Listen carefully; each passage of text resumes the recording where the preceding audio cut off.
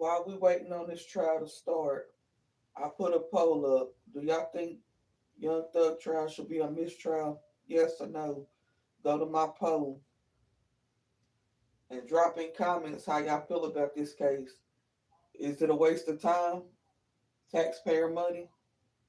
Let me know in my comments. Like, comment, subscribe to Miss Faz.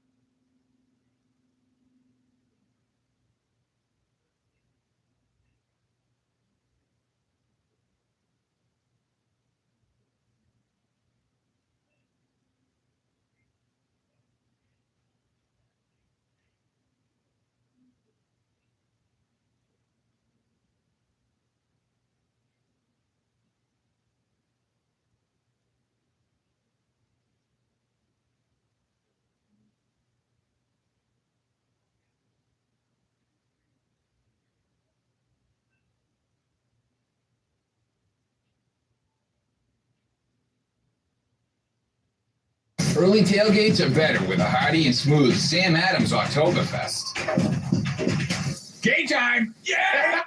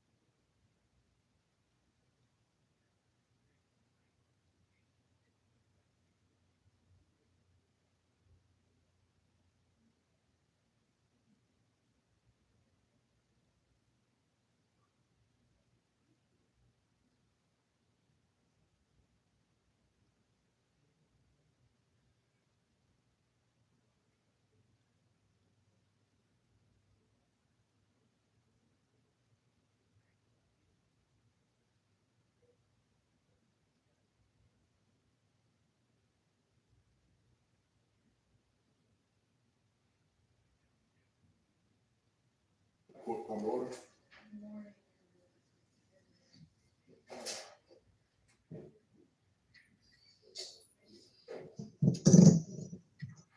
Do we have any matters we need to take up before we get the jury in this morning? Okay. Everybody good? Hello, tell me your name. Howell? Okay, you've been with us before? Okay, welcome back. All right, are you ready with your next witness? Yes, Okay, okay. All right, and is the jury ready?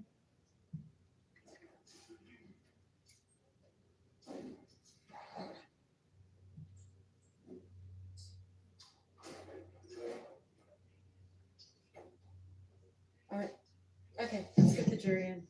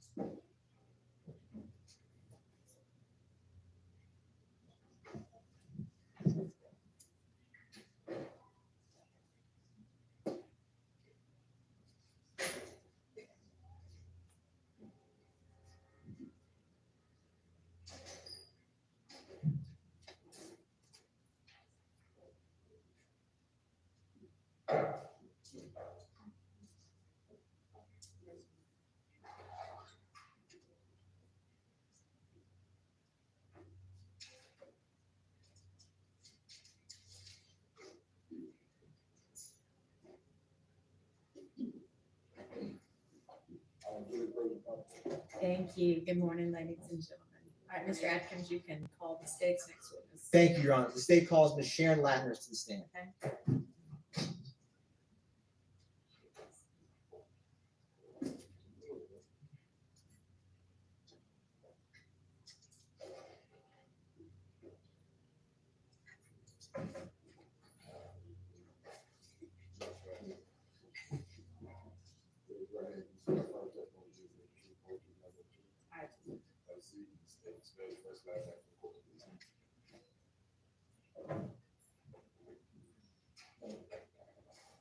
Sharon Latner, SHARON, LATNERS. Good morning, Ms. Latner, and welcome back. Good morning. Now, Ms. Latner, I am going to approach with what's been marked as states 1, Juliet, Juliet, through 1, Juliet, Juliet, Alpha, and Bravo.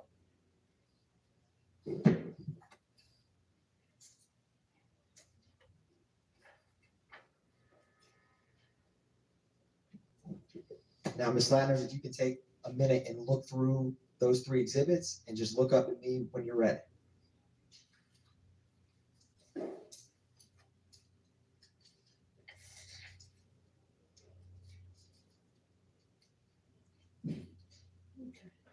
What are those, Ms. Latner? One John is, CAD report. Can you pull that, mic towards your, This one? yeah, that one. Thank you. Exhibit one. One John 1, I'm sorry, one John, then one John 8 is a copy of the CAD report for the incident. And what is that disc, Ms. Latner's, one JJ Bravo? 911 calls. And Ms. Latner's, do you recognize those? Yes, And are they a fair and accurate depiction of the CAD reports and the 911 call associated with this incident? yes, And before testifying, Ms. Latner's, did you review and mark that 911 call on one Juliet Bravo? yes, Your Honor, at this time, the state moves to admit state's exhibits 1 Juliet and 1 Juliet Alpha and Bravo. You're admitted. Thank you, Your Honor. The state is publishing 1 Juliet.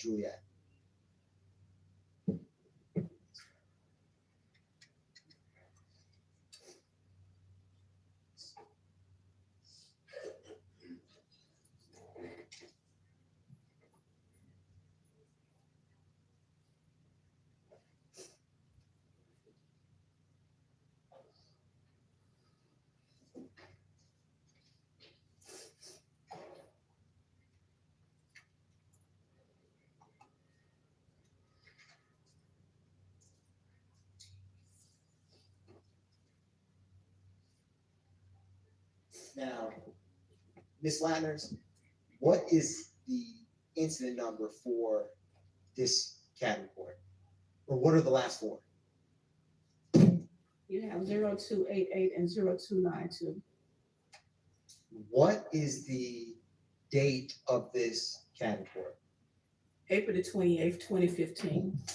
And for specifically 1 Juliet, what call type and description was this call? Call came as shots fired. Officer changed it to 86, which is vandalism. The call came in as shots fired, which was a 25. Officer changed it to 86, which means vandalism. Ms. Latner's, in your experience with APD, what are some type of situations where an 86 vandalism could come across on a CAD report?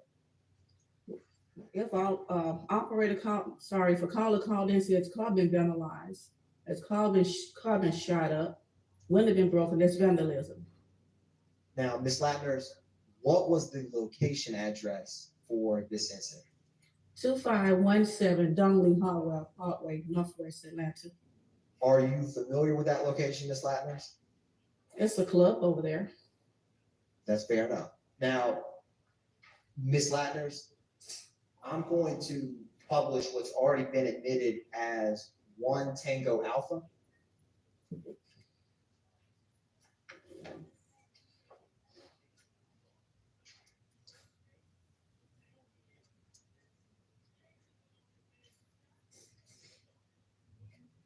Now, Ms. Latner's, a couple weeks back, did you and me talk about 1 Tango Alpha? Yes, And what is the address of 1 Tango Alpha? 551 Woods Drive, Northwest Atlanta. Ms. Latner's, you actually don't have that before you. You have, if you look on, is your screen working on that laptop with the Zoom?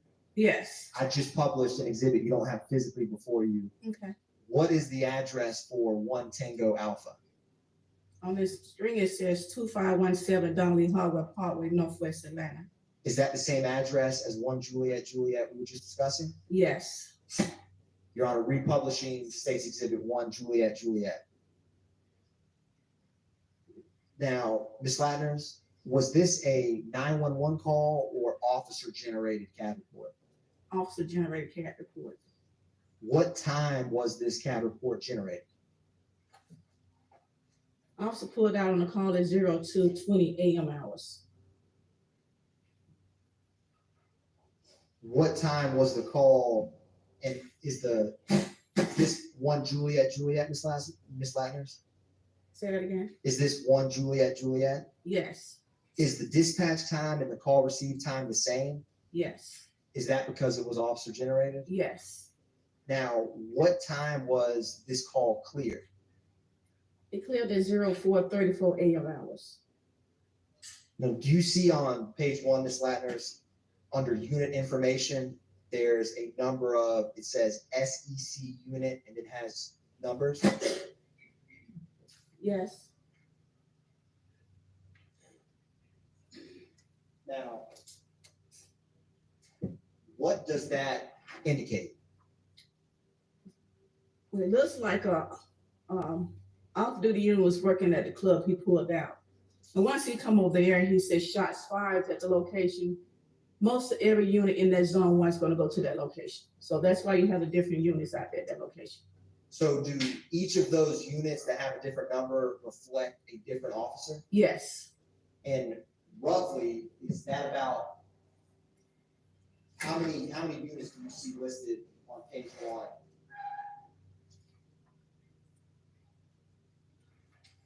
12 units. Now, Ms. Latner's turning to page two. Do you see at the top, does it continue to list different unit numbers that responded? Yes. How many do you see on the top of page two? 5 units. So in total, is it about 17 units that responded to this call? Yes. Now, do you see beneath that, Ms. Latner's, where it has unit times and has a number of codes? Yes. What code is A alpha? That means the unit arrived on the scene. What code is EN En route. and BU? Backup. So Ms. Latner's, is page two of this, is this indicating when various officers are arriving or en route to that location? Correct.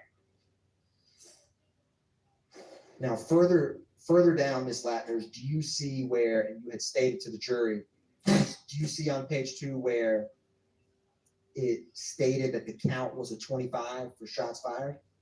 Yes. And does it list that count changing to an 86 further on in the CAD report? Not on the second page, it doesn't. If you turn to page three, Ms. Latner, do you see where there's a code for RT? Yes. What does that code mean? That means that the unit is sitting in his car on his MDT running different information, tags, person wanted. And Ms. Latner's is short on CAD reports is TXT. What is that short for? TXT, Yes, ma'am. that's the information coming back from his MDT. And what about LIC? License. Now, Ms. Latner's,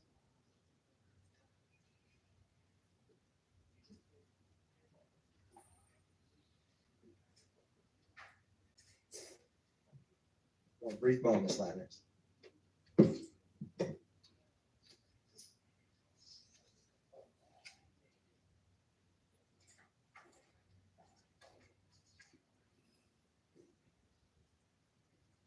So, Ms. Latner, I want to walk through this with you. Starting on page three, you see the time 2:27:57 a.m. on the top of page three. 22750, what? 57. Yes. Can you tell the jury what that indicates? That indicates that the unit is running someone tag. Well, it shows license, I'm sorry, correct, license. And what are the last four of that license? 4209. Now, Ms. Latner, there's a little bit further down at 229:34, kind of in the middle of the page. Do you see the code at 229:34? They're running another license plate. Is that a different last four of the license plate? Yes, 7542. And Ms. Latner, kind of towards the bottom of page three at 251:57. Do you see that code? Yes. Is that a different last four from previous two? Yes. Is that another vehicle and and license that's being ran. Yes. Now turning to page 4 of the slide, you see at the top at the time 3/12/15 a.m. Okay. What code or what is happening on the cabin for at 3/12/15 a.m.? They're running another license plate 0994. Turning this ladder to 3/16/49, kind of towards the middle of the page. Do you see that? Yes. You tell the jury what that indicates at 3/16/49. They're running another license plate 9521. This ladder is turning to 3/23/49 a.m. Kind of toward the bottom of the page. Do you see another code at that time? And they run another license plate 7271. This ladder is finally at 3/40/57 towards the bottom of the page. What is happening at 3/40/57? They're running another license plate 9843. Now, Ms. Lavis, is that 7? Or how many is that 7 license plates that you just indicated were reflected in category? Yes. Do you see the 4th row above the cat narrative at 4:34:43 a.m.? 434 what? 4:34:43. Yes. What is occurring at 4:34:43? They did a report on each one of those license plates. They put in code 17. What does code 17 mean? Fill that in. They did a report for whoever vehicles these are. Now, Ms. Landers, flip it to page 1 briefly. What time was this case cleared? Cleared at 04:34 a.m. hours. Is that the same time as when you indicated they generated a report on page 4? Yes. What does the code DC mean?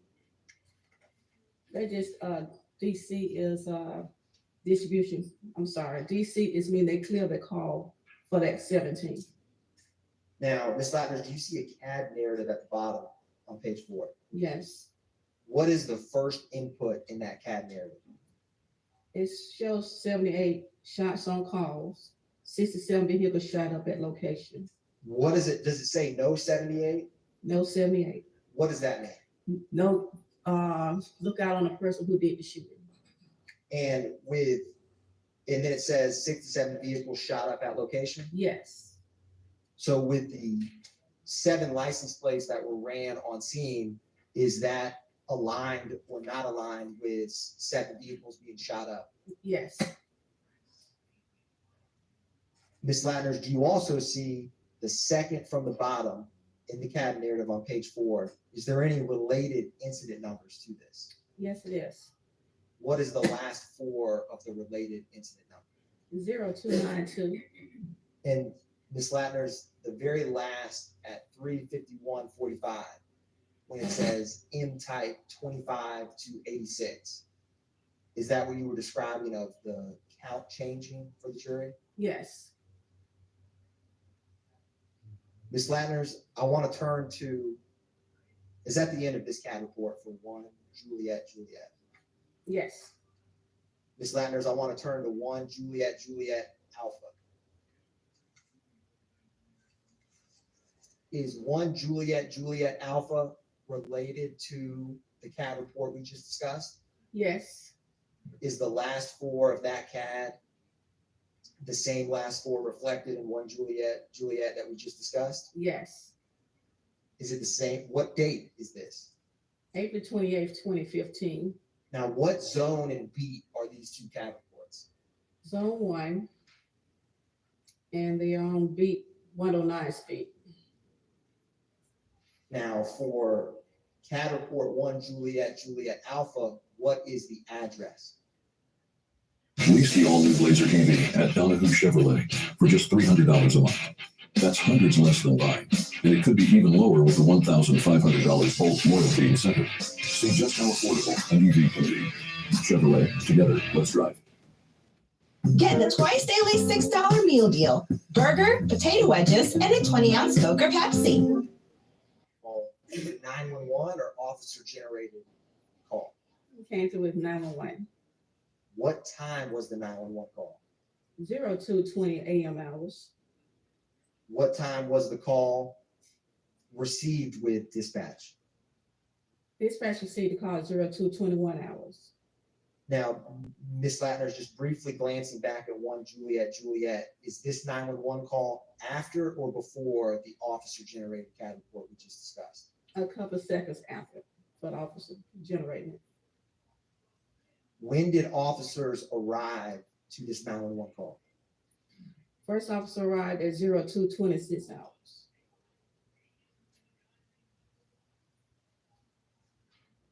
What priority call was this 911 call? A prior to call. Is that a 10-minute response? Yes. What time was this call cleared? It was cleared at 02:32 a.m. hours. Was it cleared roughly 10 minutes after the call or officers arrived? Yes. Now, turning to the CAD narrative on page 2, do you see that, Ms. Latners?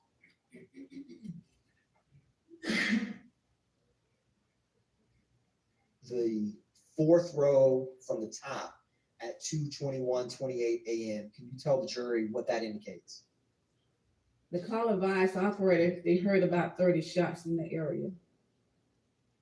Now, Ms. Latners, the very last input at 2:23:36, does it have a related CAD report? Yes, it does. And is that related CAD report 1 Juliet Juliet? Yes. Now, Ms. Latners, I'm going to publish is 1 Juliet Juliet Bravo, the 911 call that corresponds with this CAD report? The disc you have before you? Yes. Your Honor, at this time, the state's going to publish 1 Juliet Juliet Bravo for the jury.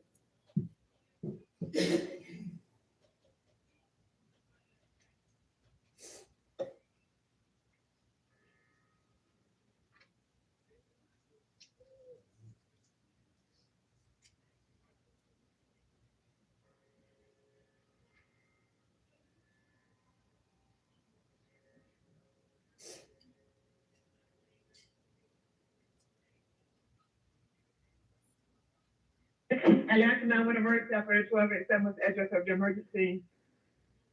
551 Woods Drive, Northwest Atlanta, Georgia. Don't come to surgery. Okay, let me verify. 551 Woods Drive, Northwest, right? Yeah. Okay, we're doing that. But what's going on? You need the police, fire, ambulance. Gunshots. How many? Heard 30 gunshots in the area. 551 Woods Drive.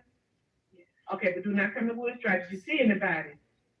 No. Okay, heard about 30 shots though, okay. And your name? Yeah. Okay, that's fine. Can I just verify your phone number in case we have to call you back? Just ask a question. 442856734. Okay, 442856734. Okay, hold on 1 second. Are you near Club Crucial? Yeah. Oh, okay. Okay, all right, Neil, I think we've already had that reported, but thank you for calling, okay? Thank you now, bye-bye.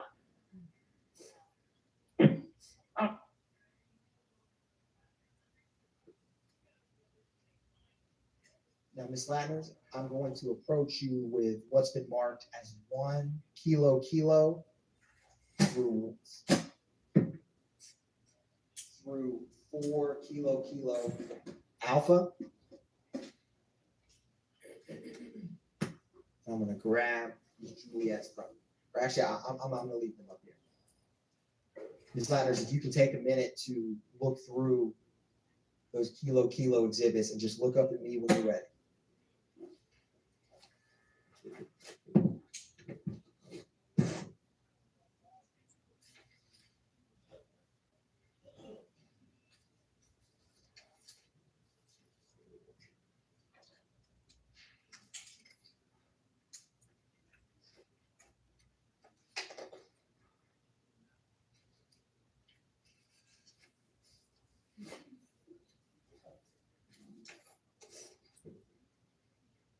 Ms. Latners, what are 1 Kilo Kilo through 4 Kilo Kilo Alpha that I just gave you and you just reviewed?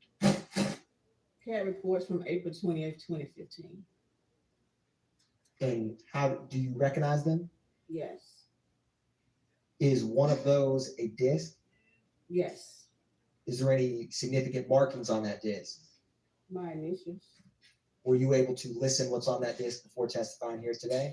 Yes, And Ms. Latner's are 1 kilo through 4 kilo alpha, a fair and accurate depiction of the CAD reports and 911 call for this incident. yes. Your Honor, at this time, the state moves to introduce into evidence 1 kilo,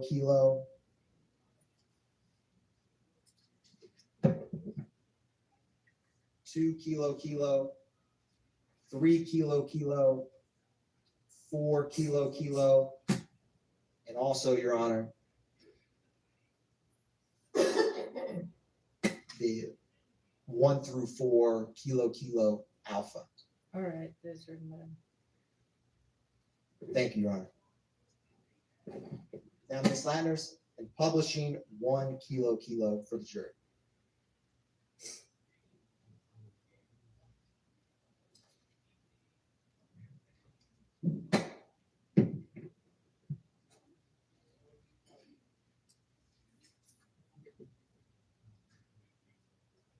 Ms. Latner's, what is the date of this incident report? April 28th, 2015. The same date as we just discussed? Yes.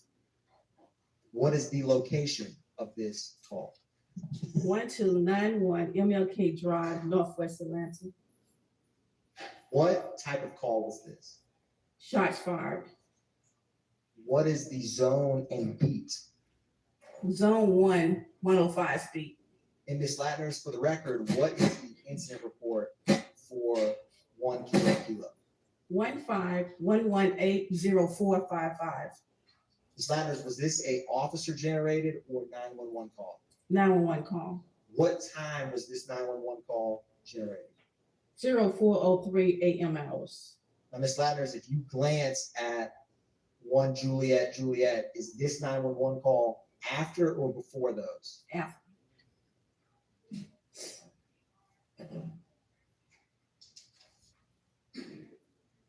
You said it was made at 040325?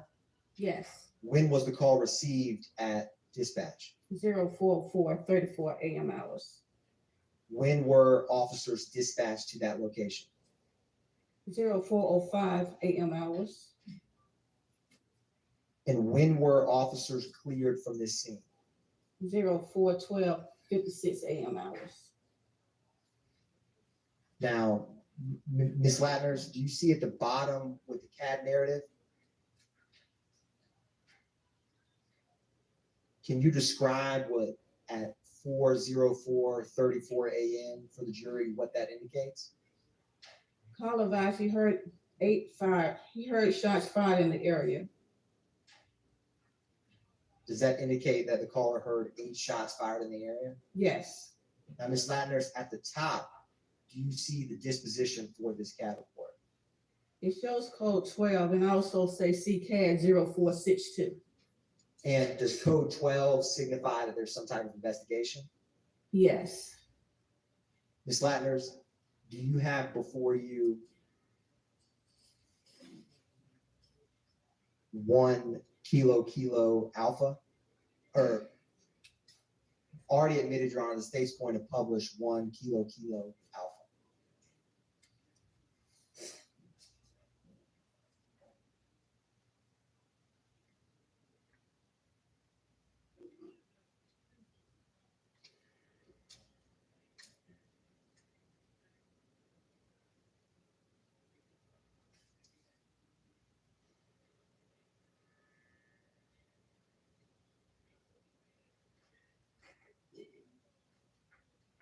Atlanta 911 operator 6173, what's the address to your emergency?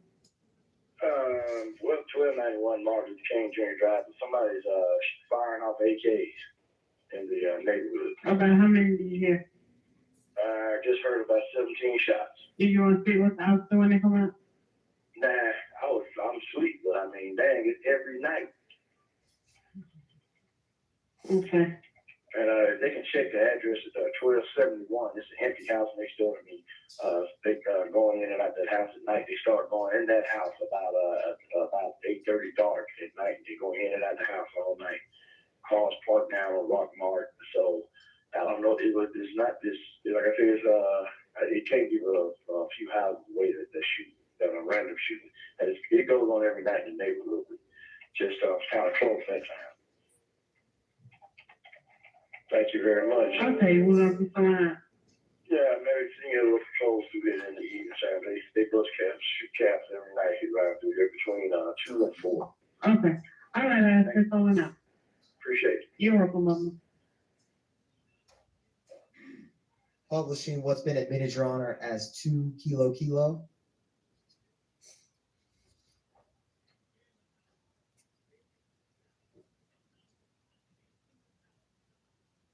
And Ms. Latners, with all of these Kilo Kilo exhibits that we're discussing, was there, how many total cattle reports do you have before you?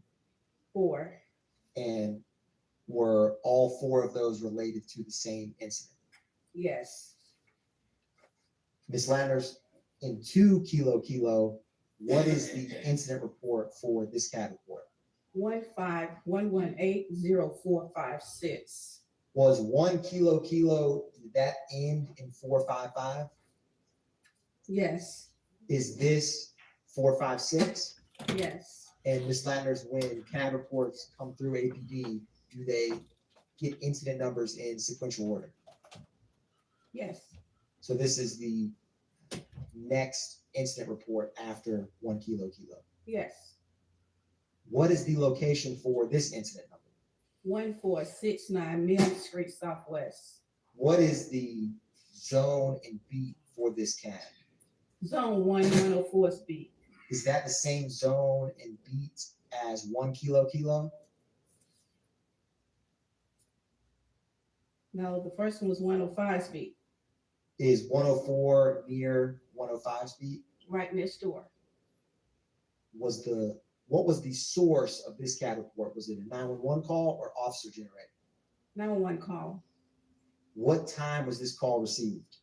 0403 AM hours Was that after or before 1 Kilo Kilo? after.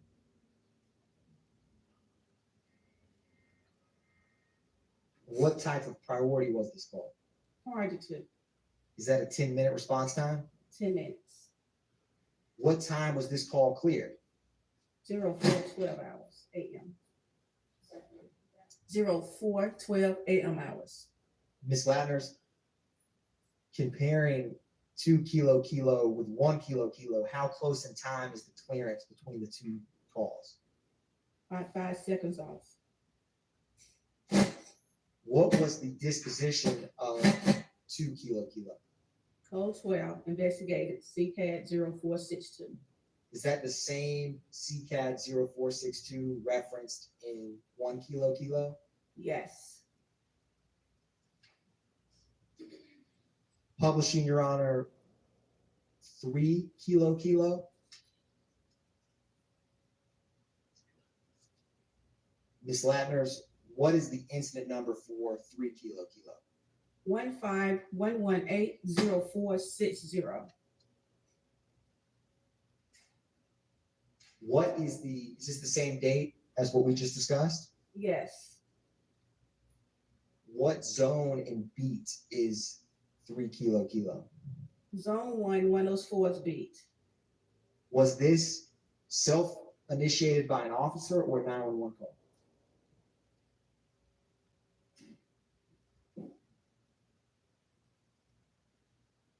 It's 911 call. Now, Ms. Latners, what time was this call received? 0406 AM hours. How close in time is the 04, 06, 07 hours to 1 and 2 Kilo Kilo we just discussed? Couple of minutes off. Ms. Latners, what time was this call cleared? 0408 AM hours. And turning to the CAD narrative at 4:06:07 AM, can you explain for the jury what that indicates? Received a call, call advised several shots heard in the area. And Ms. Latner's turning to the top. What is the disposition for 3 Kilo Kilo? The 911 canceled the call, dispatch canceled the calls because all of it was related to the first two calls. And she marked as CCAD 04620456, since all of in the same area as 104's beat. Is that why, Ms. Latner, the call was canceled 2 minutes after this 911 call was generated? Correct.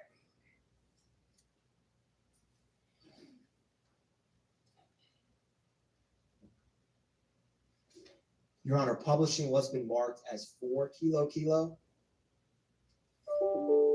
Ms. Latner's looking at 4 Kilo Kilo. What is the incident number for 4 Kilo Kilo?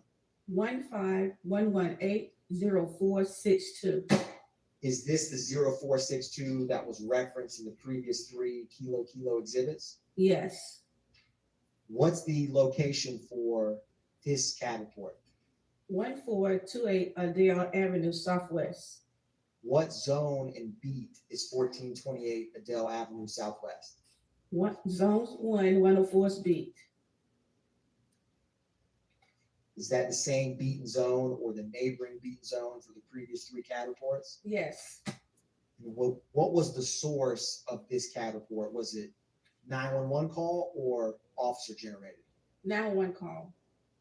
What time was the 911 call made? 04:05 a.m. hours.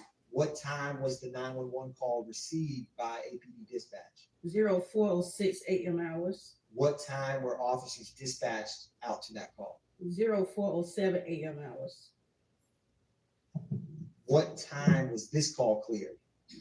07:04 a.m. hours.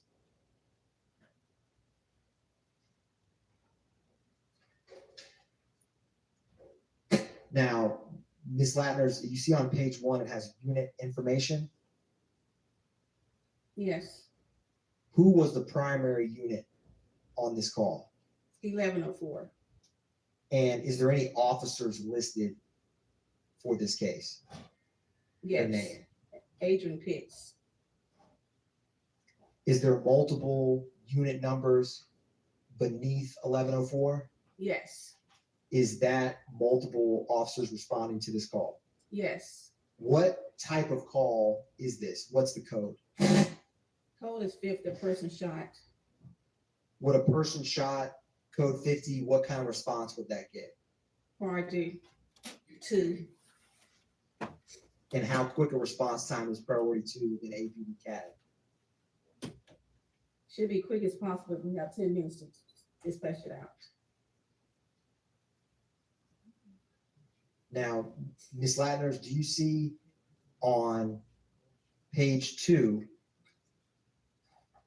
the CAD narrative at the bottom? Yes. Can you describe for the jury what is indicated at 4:06:28, the third from the top? Advised female shot. Female grazed by bullet. What is after female grazed by bullet? College State someone shot up house. And Ms. Latner's 2 beneath that at 4:07:40, is it reference a related incident number we've already discussed? Yes.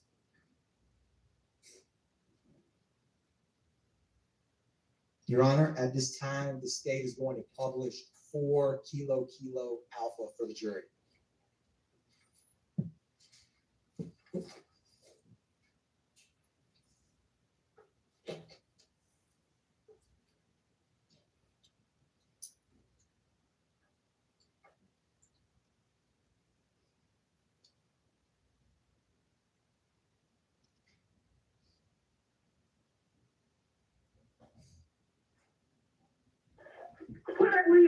Advance to 911, operator 2587, what's the address of your emergency? Someone just turned the shot on my house and my auntie got shot. Okay. Okay, what's the address? 1428 1428 Adele Avenue. Adair? 30314. Is this in a house or an apartment? You said what now? Is it the house or an apartment? House? Okay, that's Adair Avenue Northeast. Oh, Southeast? I think it's Southeast. Okay. 1420 Avenue, 11 Georgia RICO 314. Okay, it's not coming up Southeast. Hold on one moment. ABD. Oh, Adele. Yes, ma'am. Okay. All right, hold for great.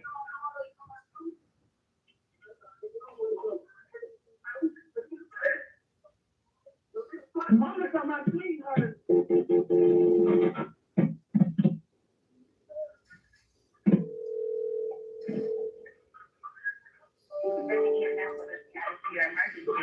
Hello? This is Brittany, and that's One four two eight.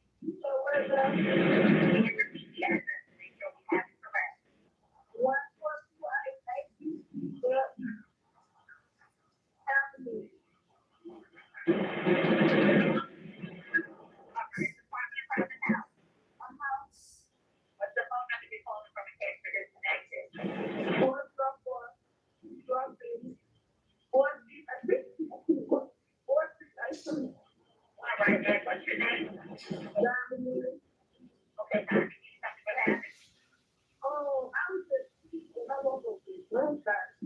Sometimes they tell me little shoes up the house.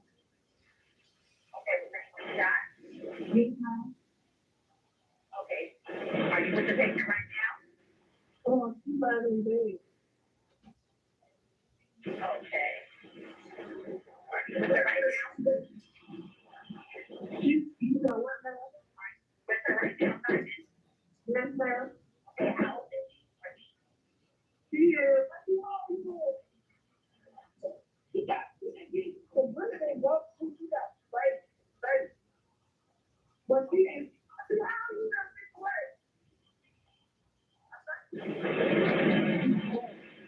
Is she awake? Yes, she is like, so, yes, she breathes. Okay, when did this happen? When did this happen?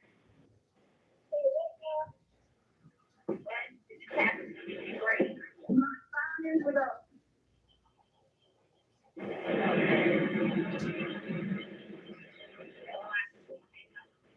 Okay, and is there still nearby? You said what? The person that was shooting, are they still in the area? Yes, ma'am, that's still time for you. Okay, is there any serious bleeding?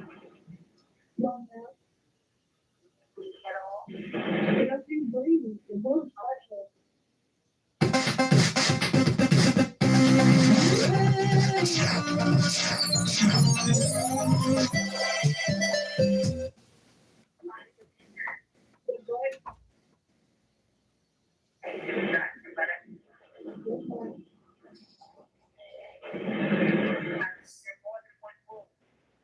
No, ma'am. All right,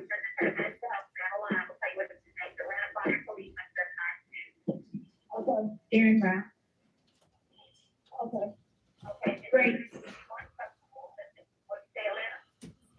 You said what? We need to know if the person that shot her is still on scene. Yes, ma'am. No, the person, the people that were shooting, are they still around? Oh, yes, I just know the job. Okay, so they're nowhere inside at this time. Oh, no, ma'am. You know where they are or where they went? No, ma'am. We were about, we woke up. Okay. Does this have any stuff? They're alive, like this is next. Grab a fresh dry cloth or a towel. Okay. Okay, and I want you to take your press down firmly and don't look at the club, okay? Let her know the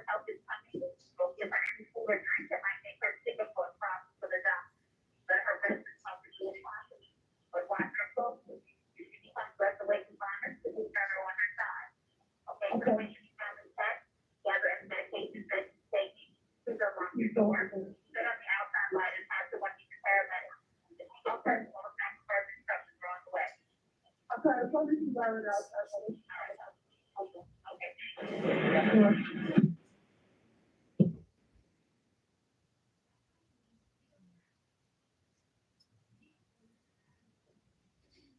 Ms. Lattners, that was 911 call that corresponded with 0462. Yes. Ms. Lattners, I'm going to approach you with what's marked as 1 Lima Lima, 1 Lima Lima Alpha, and 1 Lima Lima.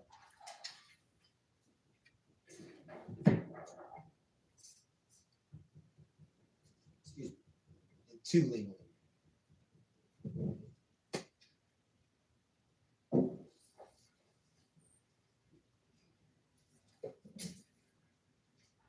Ms. Lattners, just take a minute and look over those exhibits and just look up at me when you're ready.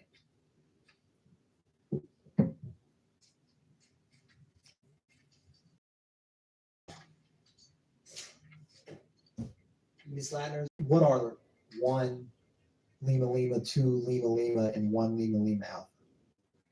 Copy of CAD report for that incident. Is there also a 911 call associated with those? Yes.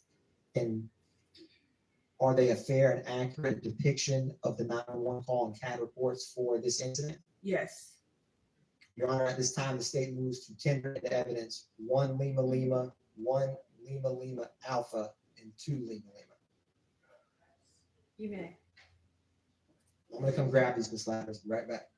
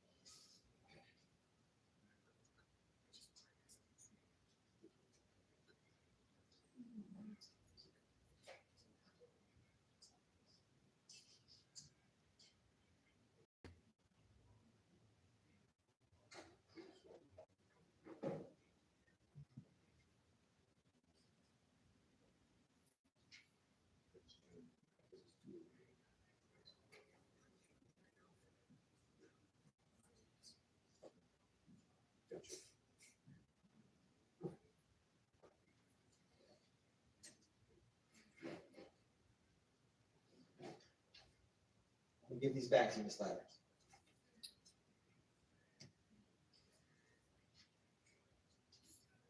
So what's their objection, or did y'all just need to see them?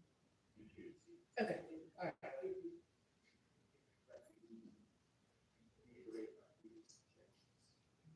Okay, they're reserved. All right, so those are admitted. Your Honor, thank you, Your Honor. Publishing 1 Lima Lima. Ms. Lattners, what is the incident report for 1 Lima Lima? 151180587, What is the date? April 28th, 2015. And Ms. Lattners, what type of call is 1 Lima Lima? Shots fired. What was the location of the shots fired? 1903 Drew Drive Northwest. What is the zone and beat for this call? Zone 1, 110 speed. Now, Ms. Lattners, was this a 911 call or officer generated? 911 call. What time was this 911 call made? 05:50 a.m. hours. And Ms. Lattners, is this after or before the 2517 Donnelly Hollowell 1JJ we discussed? After. Is this after or before the 1428 Adele Drive we just discussed with Kilo exhibits? After. Ms. Lattners, when were officers dispatched to this scene? At 05:53 a.m. hours. When did they arrive? 06:01 a.m. hours. And what time was this call cleared? 06:44 a.m. hours. Now, Ms. Lattners, do you see unit information in the middle of page 1? I do. What is the primary unit for this call? 1110s. And what officer is associated with 1110? Sean Hill.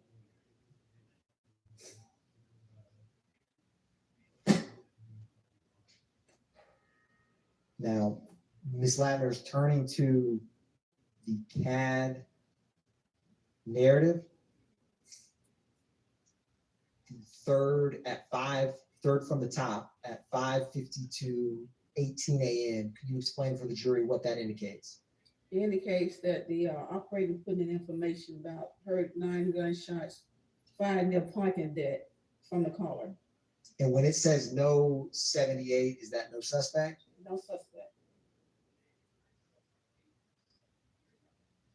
Ms. Latner's turning back to the top. Do you see the disposition for this CAD report? Code 12 investigated. And Ms. Latner's, do you have before you a 911 call associated with this? Yes. Your Honor, is that 1 Lima Lima Alpha? Yes. Your Honor, at this time, the state is publishing 1 Lima Lima Alpha for the jury.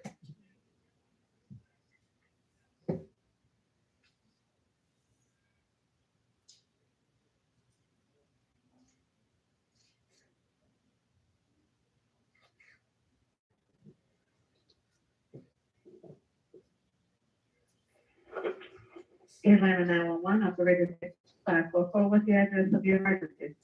I said 1903 Drew Drive. 1903 Drew Drive? Yes. Do you need police, fire, ambulance at that location? I think it's the police. Okay, what's going on there? I just woke up and I just heard about 9 gunshots. Okay, can you tell me which direction you think it's coming from? It came from a parking deck.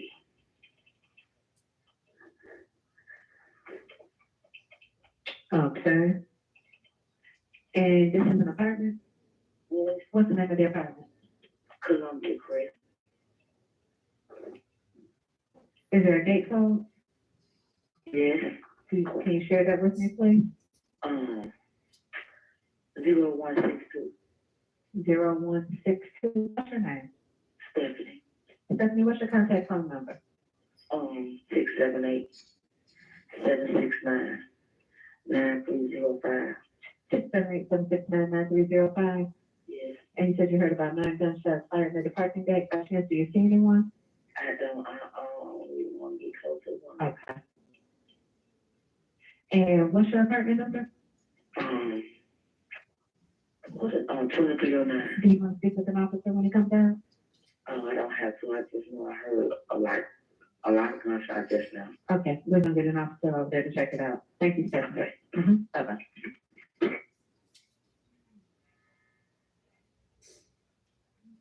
Publishing 2 Lima Lima, Your Honor. Your Honor, in this Latner's, we're going to talk about 2 Lima Lima.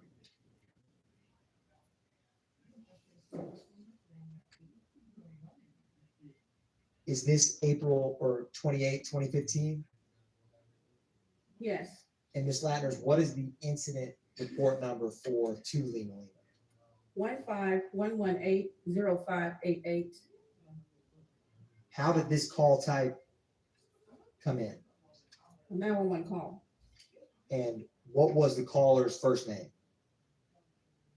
Natasha. And Ms. Latner's, what was the address of this 911 call? 1903 Drew Drive Northwest. And is there an apartment associated with that call? Apartment 1122. And what is the zone and beat for this 911 call? Zone 1, 110 speed. And is this after or before the 1 Lima Lima that we just discussed? After. How close in time is this 911 call to the first? If you look at 1 and 2 Lima Lima. About a minute apart. Now, Ms. Latner's, what time did officers get dispatched to this location? 0555 AM hours. What time did they arrive? 0603 AM hours. And what time was this call cleared? 1116 AM hours.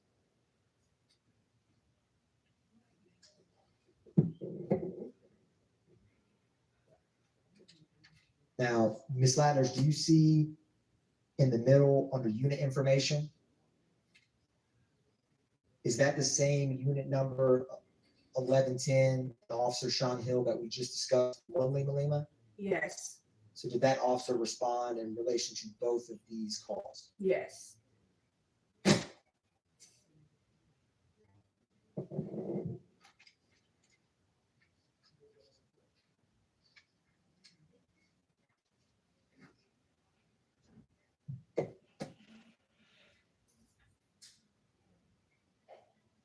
And Ms. Lattner, do you see on page 2 at 6:44:05 a.m.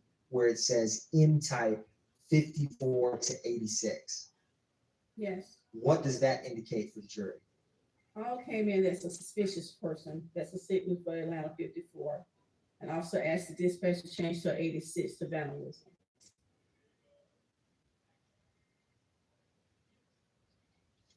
One brief moment, Your Honor.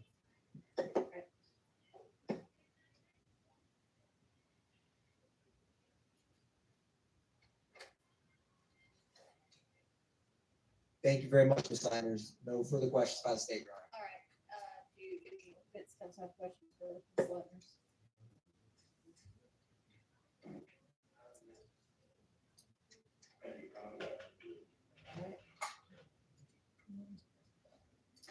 All right, Ms. Letters, thank you for your time. You are excused. Call your next witness.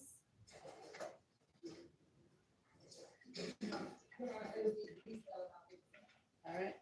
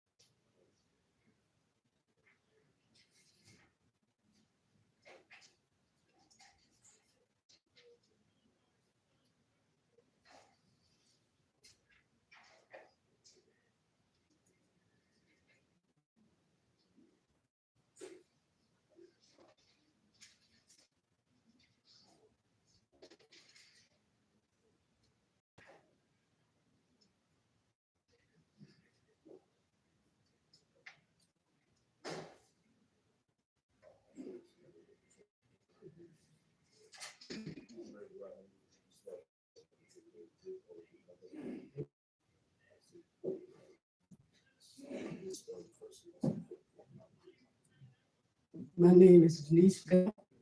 Spell my D-E-N-I-S-E, V-E-L-L. V-E-L-L, yes. Good morning, Ms. Bell. Good morning. How are you? I'm a little nervous. Right. Is there anything we can do to make you a little less nervous? Not really. All right. Ms. Bell, appreciate your honesty. Would you do me a favor and set your purse down by your side? Yes, I can. And I'm standing over here. Would you direct your communication to the jury over here? They need to hear what you're saying, and you need to talk loudly and into the microphone if you can. Okay. Thank you. Ms. Bell, would you tell the jury where you're from originally? I'm Georgia. Do you have family that lives in Atlanta, Georgia? Yes, Have you lived in Atlanta all your life? yes, Do you have sisters and brothers? yes. How many? I don't say 5. Um, Other than me. And one of them, does one of them live at 1428 Adele Avenue? Yes, Have you ever lived at 1428 Adele Avenue? yes, And is that in Fulton County? yes. How long did you, as your family, you and your sister, you or your sister lived at 1428 Adele Avenue? And she may have been there 25 years, and I was like maybe 13. Yes, She's been there 25 and you 13? yes, How'd you come to live at 1428 Adele Avenue? that's a good question. Thank you. Sometimes I had to move from where I was living at, and I asked her to come live with her, and she said yes. Is this sister of yours older or younger than you? Young. Would you describe for the jury what kind of structure 1428 Adele Avenue, what kind of house does your sister have? It's a nice family home. Nice family home. Is it a condo, townhome, or a standalone? It's a home. Standalone house, Right. single family? Is it brick, siding, something else? Brick. How many levels does your sister's house have? I'm gonna say 3. And when you walk into the door outside, which level do you enter? On the second level. And do you or your sister sleep on Different level. Okay. Would you describe for the jury or tell the jury, I'm sorry, who out on April 28, 2015 lived at that house? It had to be my sister. One her daughter. Okay. And And you. Would you tell the jury a little about yourself? You have children. yes, How old are they? my oldest will be 48 in next week, and my baby is 47. Did either of your kids live at 1428 Adele Avenue? No. And April. All right. Your sister, how many kids does your sister have? She has 4. Would you tell me first the name and then the age of the 4 children that your sister had? Your Honor, I'm going to object. That's irrelevant. Honor, this is the address that the jury just heard about. I can approach as to why I'm doing it that way, but I have a reason and it is relevant. All right, I'll give you some leeway. Thank you. Would you tell the jury the name and age of your sister children? I think the twins with the diamond in there are maybe 27 now, And that would have made them, what, 18 in I 2015? suppose. And what's your sister's oldest child's name? Stacy Adams, and she's 40.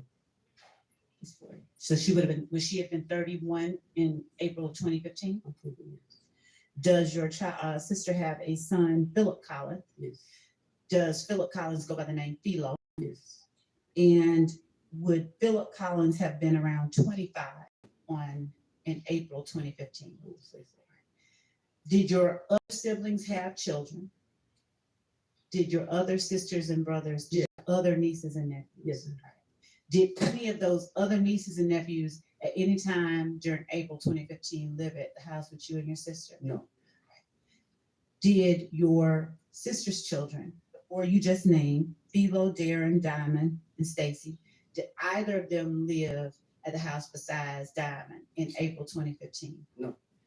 Did they visit the house regularly? No.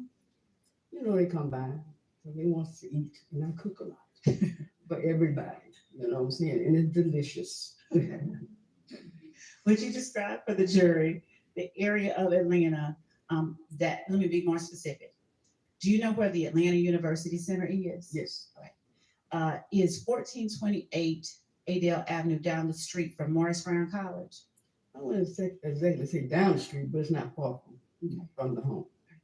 And is it also close to Spelman, Morehouse, Clark? Yes. And also, please describe in the best way that you can the neighborhood that 1428 Adele Avenue It's is. a wonderful neighborhood to raise your kids in. You know, it's a wonderful neighborhood. It's not, we felt no danger or anything. It's a nice neighborhood. Is it mostly houses like the one you and your sister lived Yes. in? Object. That's irrelevant, Your Honor. Overruled.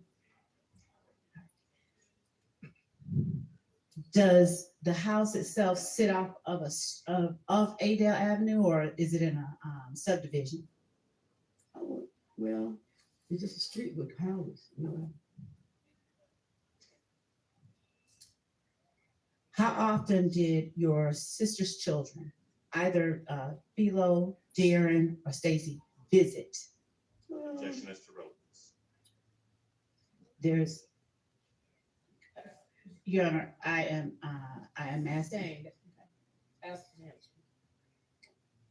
out of all your nieces and nephews, did you have any other nephew who was 18 in April of 2015? No. Okay.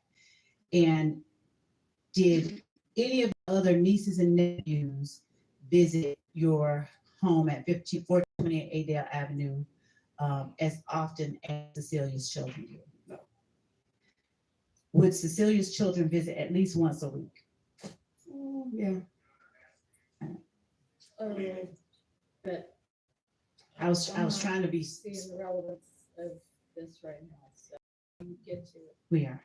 Thank you, Judge. Ms. Bell, do you remember April 27th and 28th of 2015? Yes. Why do you remember that date range? That was the day that I was shot. Could you lean into your mic and speak a little louder for this jury? That was the day that I was shot. On that particular day, do you remember what day of the week it was? I want to say on Monday. It started Monday was, but it probably ended up Tuesday morning. All right. And did the day involve anything of note before you got shot? Did anything happen? No, everything was fine. All right. Do you remember who all was at the house that Monday? I want to say, I guess, just me, Cecilia, and her daughter. Did you all have any kind of concerns for your safety that day? Not at all. Trains. Trains that use the power of Dell AI and Intel. And was that particular night any different than any other? Did you go to bed about 12:30?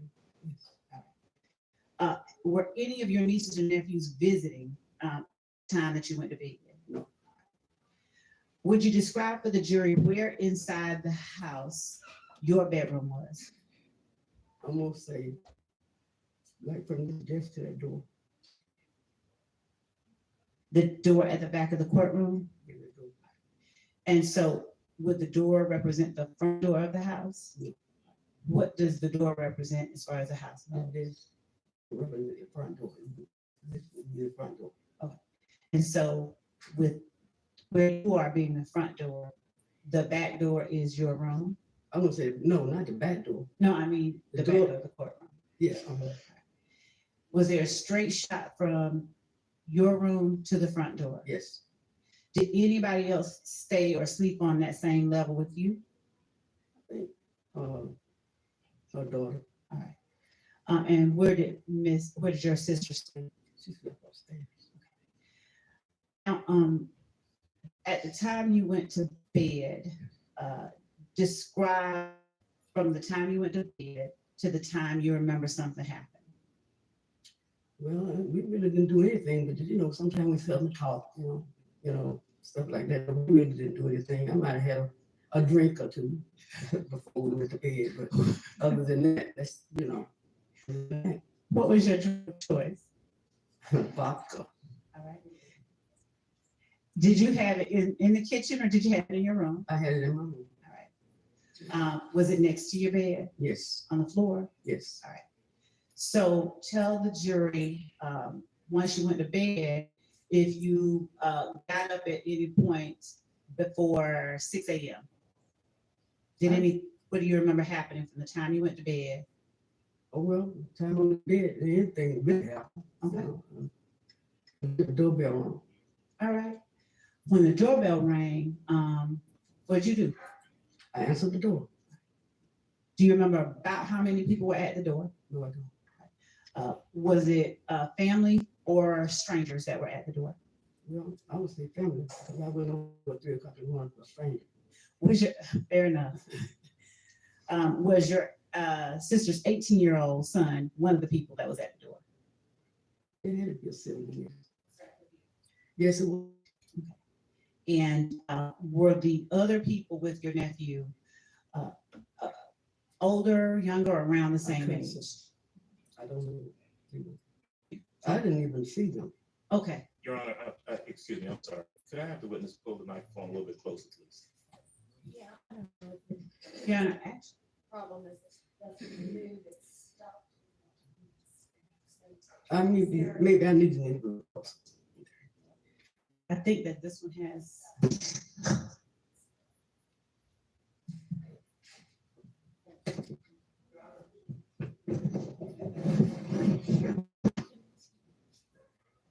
Can you repeat, can she repeat that last answer once we got the mic fixed?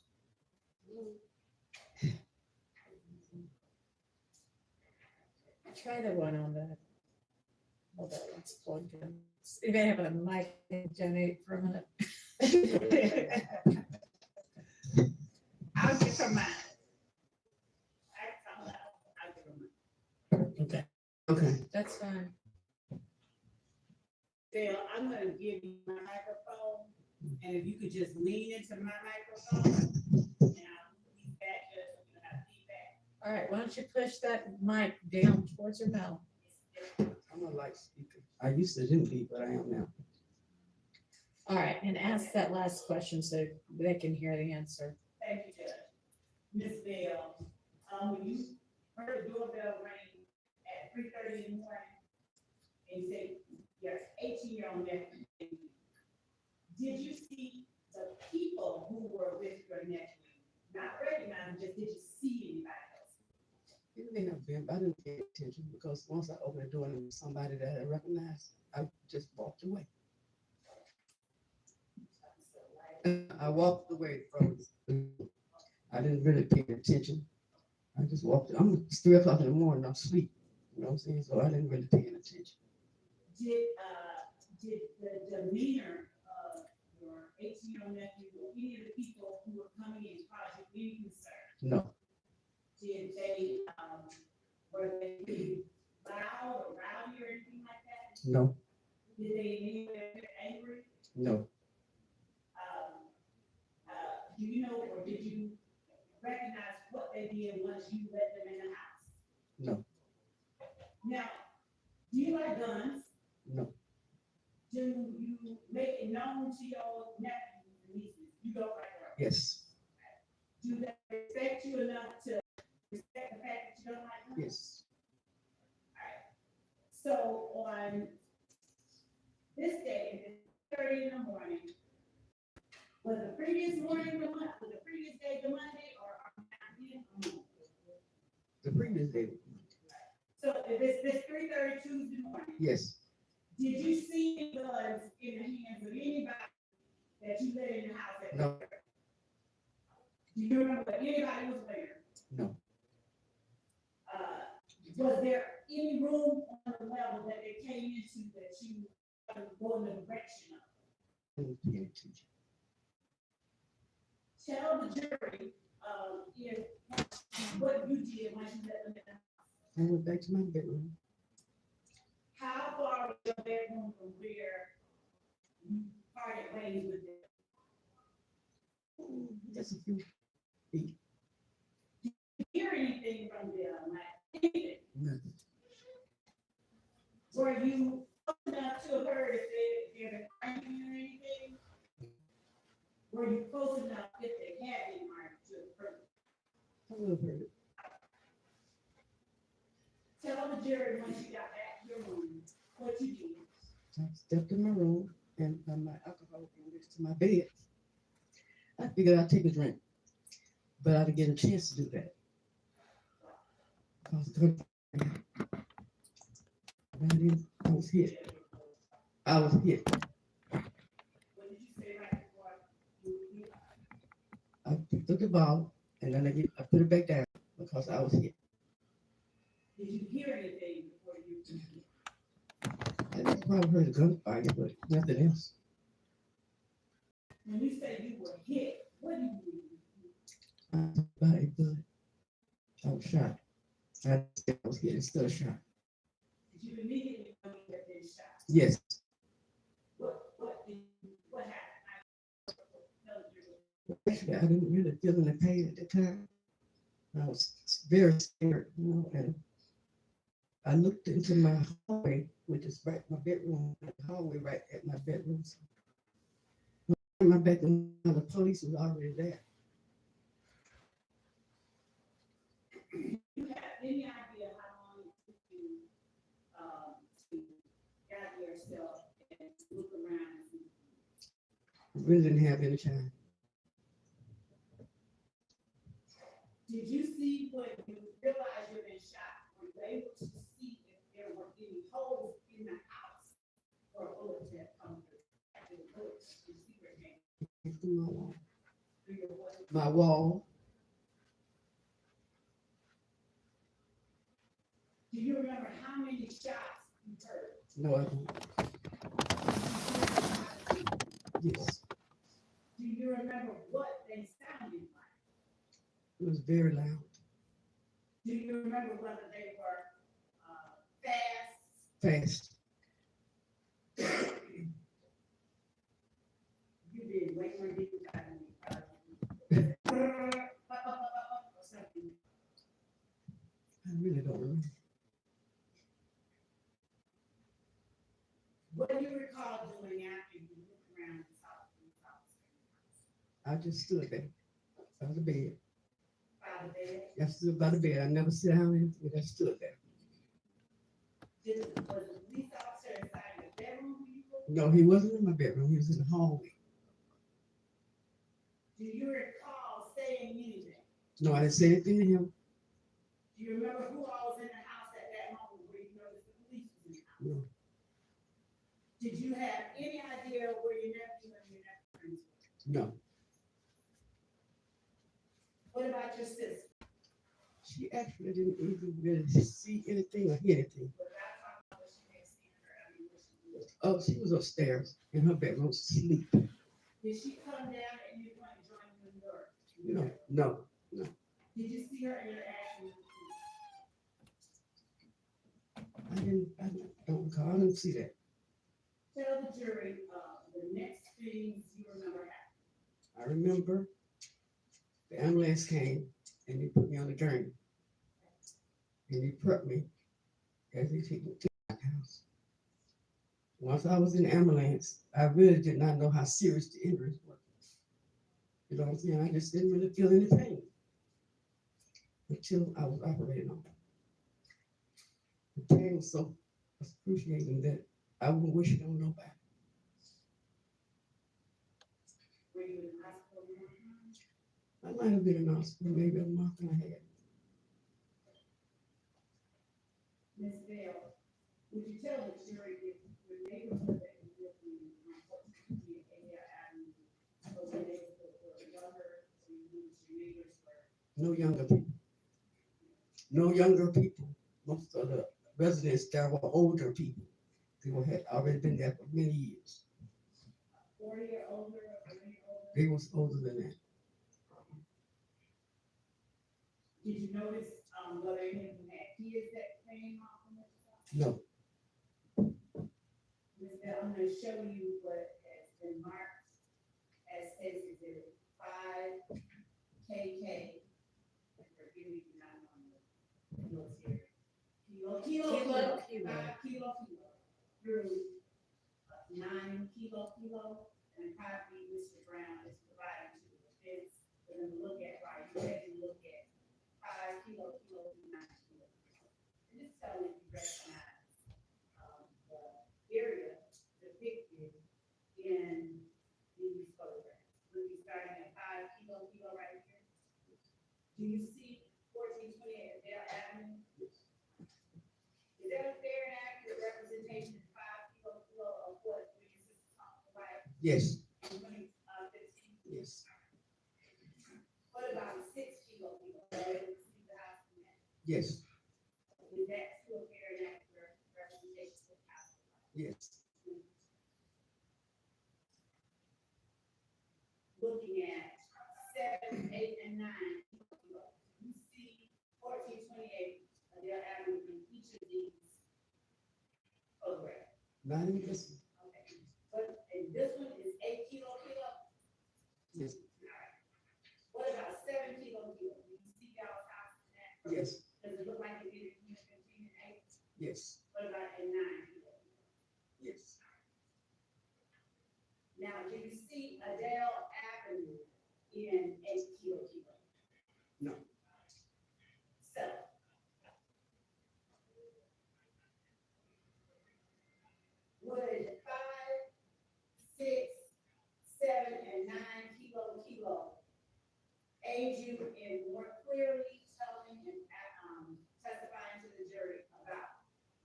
where things were like your room and the holes or whatever you saw in the house were located on April 28th. Ask me that again, I didn't understand you.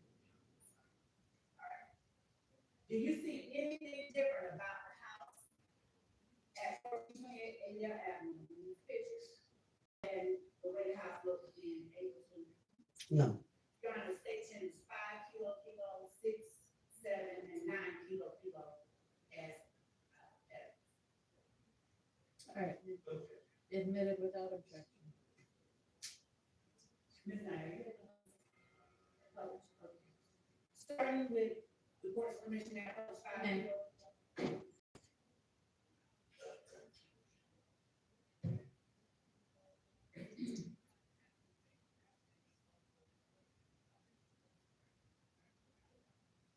And this bill is gonna come up on screen one time. okay. And we just saw this back. All right.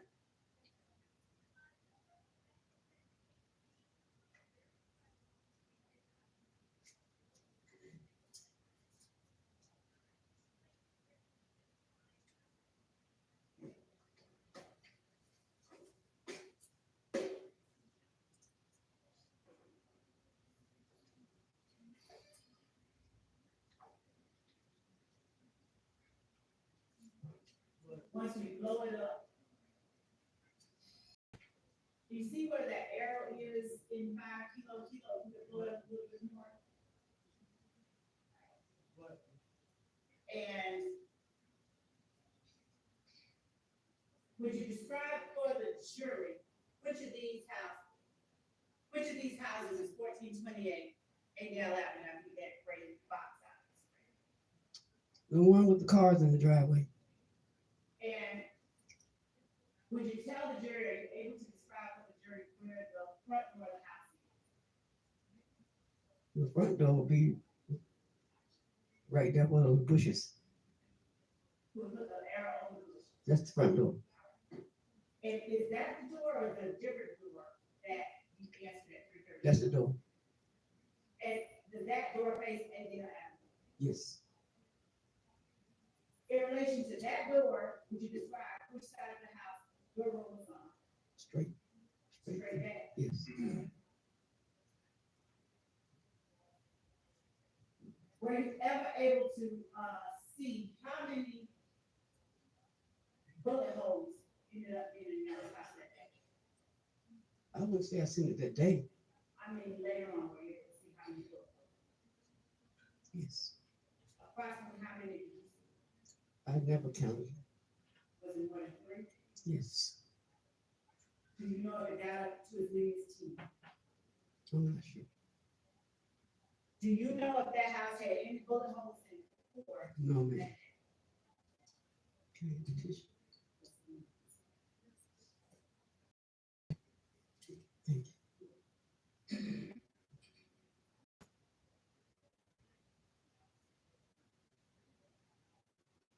Ms. Bell, had you heard or had you ever experienced gunfire in, was it 10 years that you lived there before that day? No.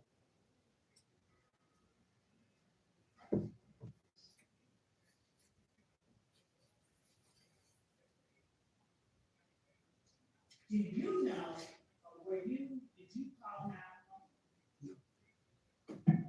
Do you have any memory of who or anyone called 911? In your house? No. Do you even remember talking to you about it? Before the ambulance came, you remember having no contact?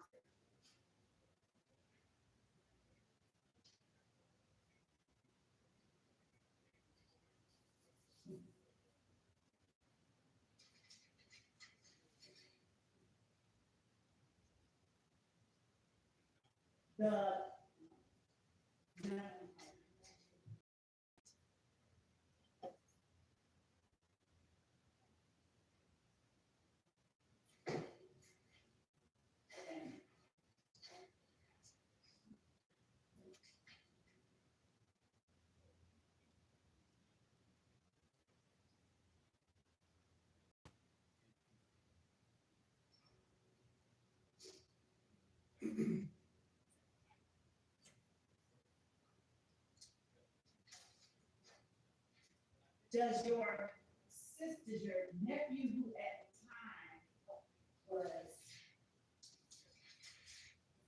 25, at the time in April 2015, did he have a child himself? Did you know the mother of your 25-year-old nephew's child? And by no, I don't mean like have a relationship with her, I mean, did you know who she was? I mean, I've seen her. Did she live, did you know where she lived? No. Had you ever visited her No. house? Do you know if she lived in an apartment house like y'all's or something? I'm not sure. Are you at all familiar with Drew Drive? Yes. How are you familiar with Drew Drive? Well, everybody knows. Okay. It's Old Perry Homes. And had you ever driven or gone to that area generally? No. Do you have any idea how far it was from where you lived on 8? No. Do you know whether your nephew's child's mother lived?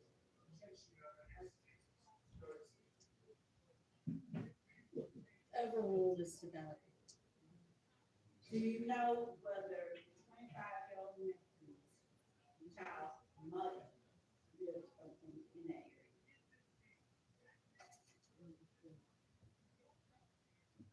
No, I didn't know. When you say you didn't know, you're talking about At that time, no, I didn't. you do now know whether she. I did. And in April 2015, can you tell the jury that in April 2015, did your nephew's child mother live in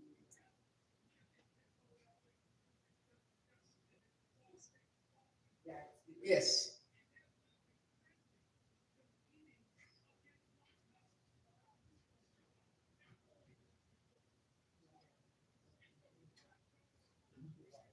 Did you drive at that time? Did your sister drive? Now, the cars in the driveway of 65KK, are those, that's not your car? Is that your car? No. All right. Is that your sister's car? No. All right. Do you remember what kind of car your sister drove? April 28th. Pacifica. Pacifica. Yes. Is that a Canadian Chrysler Pacifica? Yeah. Or something? Do you remember what color it was? It was like a blue. Blue? Yes. Any idea of whether it was dark, light? It was like.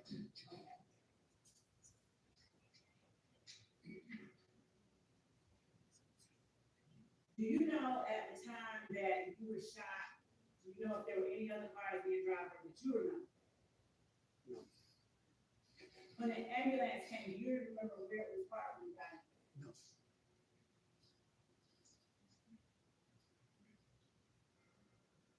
Did you ever see any shell casing outside the house? No, I didn't. Did you ever see any bullets inside the house? No.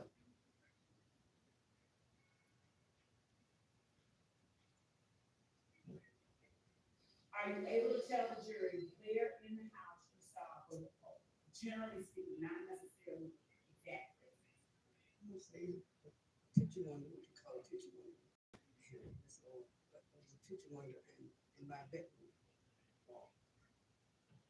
Do I have it, is a picture window like old single kitchen or something? No, the kitchen window, the first window, First one. at the front door.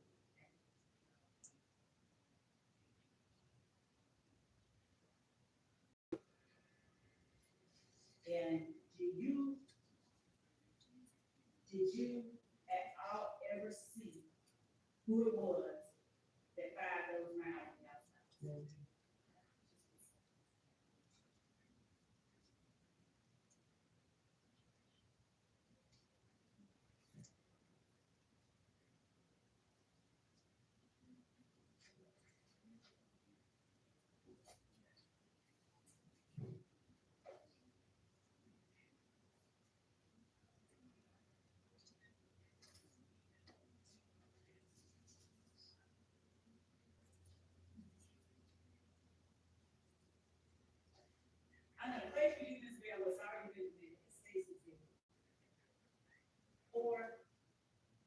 It's more than shampoo. It's keratin kissing frizz goodbye. It's salon.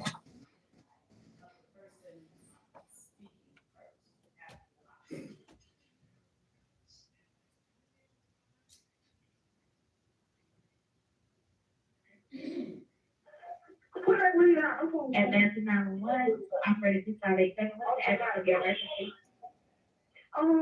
Someone just turned the shot on my house and my auntie got shot. Okay. And stopping at 14 seconds each. Do you, without saying any names, do you recognize the voice? Who was my niece? The niece that lived with you? No. A different niece? Whose child was that niece? Take this back. All right, we're gonna put a little anxious, okay? Okay, let me hear the inches. Okay, what's the address? 1428. 1428. Idea Avenue. United Health. Is that the niece that lived with you or the niece that lived with you? Thank you so much, Ms. Bell.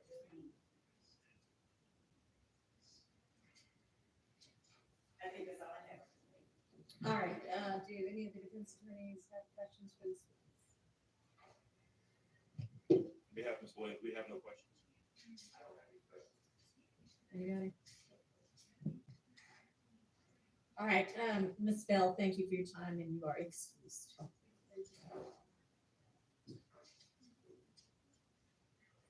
We need a break. Okay, let's take a restroom convenience break. And y'all have your next witness lined up, okay?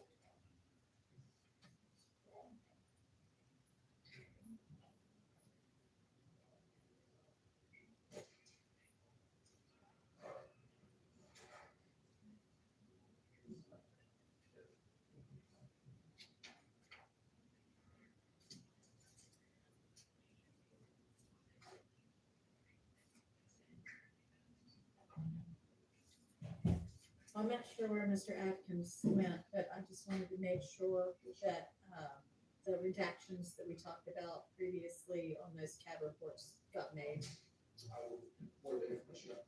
So, hey, talk to Mr. Atkins about that since those were exhibits he used. All right. Anything else? Ma'am?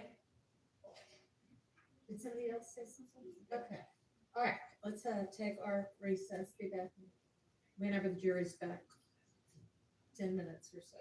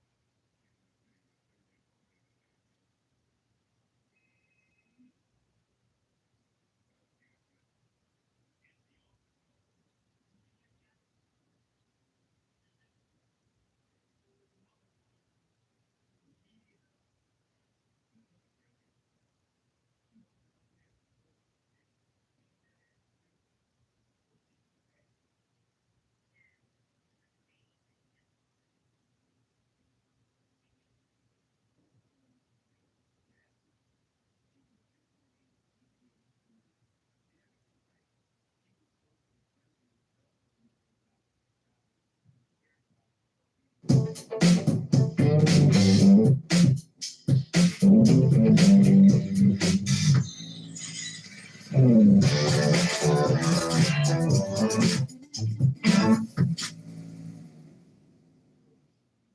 bringing out the orange tags at the all-new Gary Yeoman's Ford, with payments from $316 a month, plus 0% on our best-selling.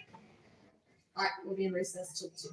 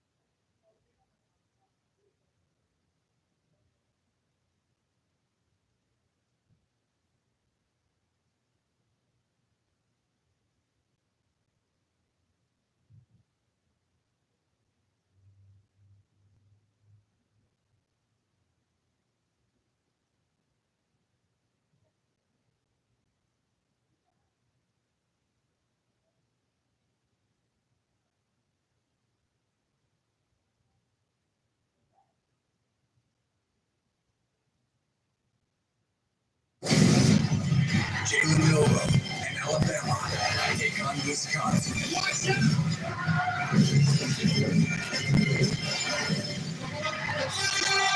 Big Noon Saturday, only on Fox. Hate touching athlete's foot? Use Lotion Ultra No Touch. Yours with 1 week treatment.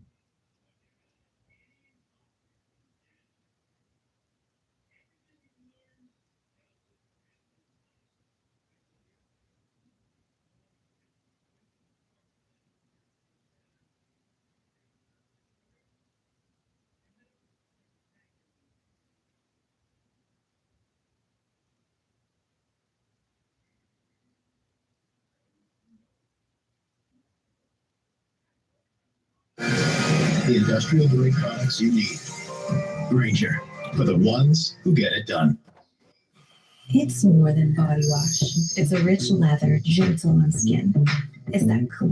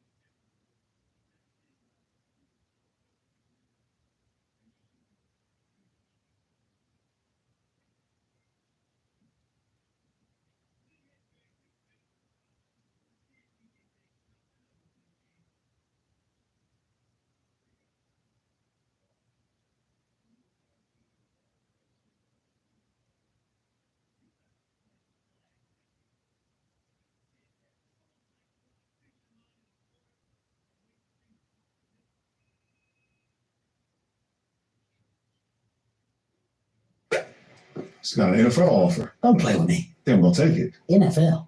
Aren't you a little too old to be playing football? Wait, what? They want somebody that can run a 40, not somebody that is 40.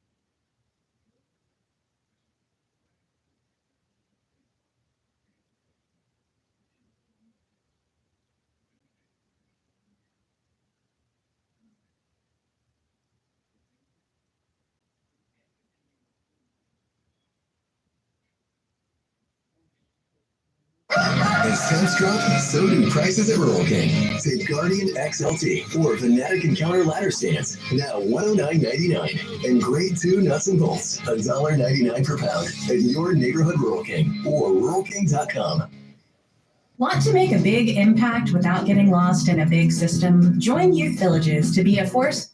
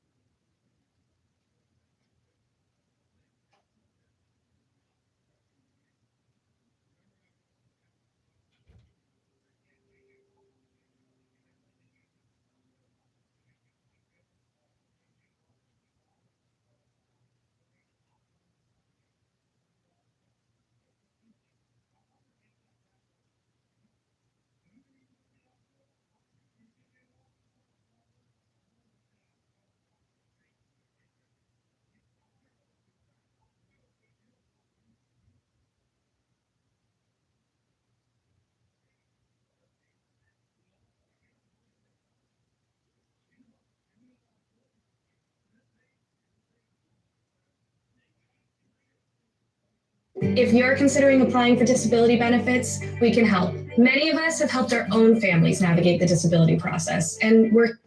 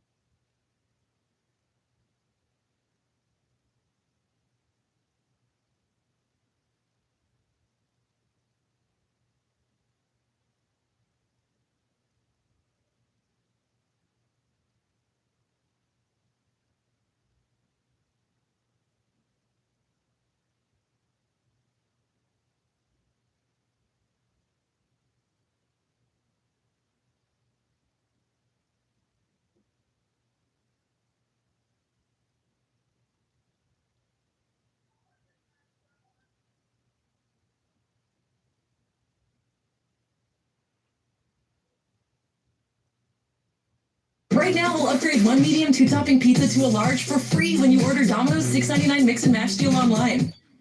It's more than self-care. It's knowing what you want, getting.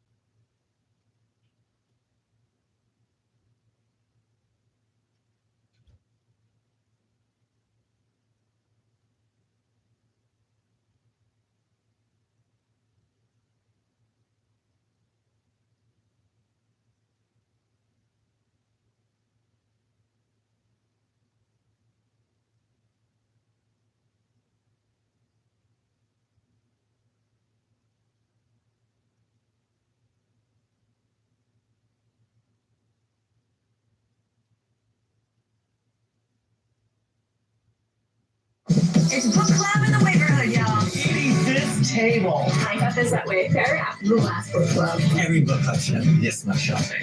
What did everyone think of the chapter, The Right Area Rug for Every Budget? I'll say it. The section on washable rugs was thrilling. Thoughts, Richard? The part about the floral rugs really spoke to me. I want to know who's going to play the rug in the movie.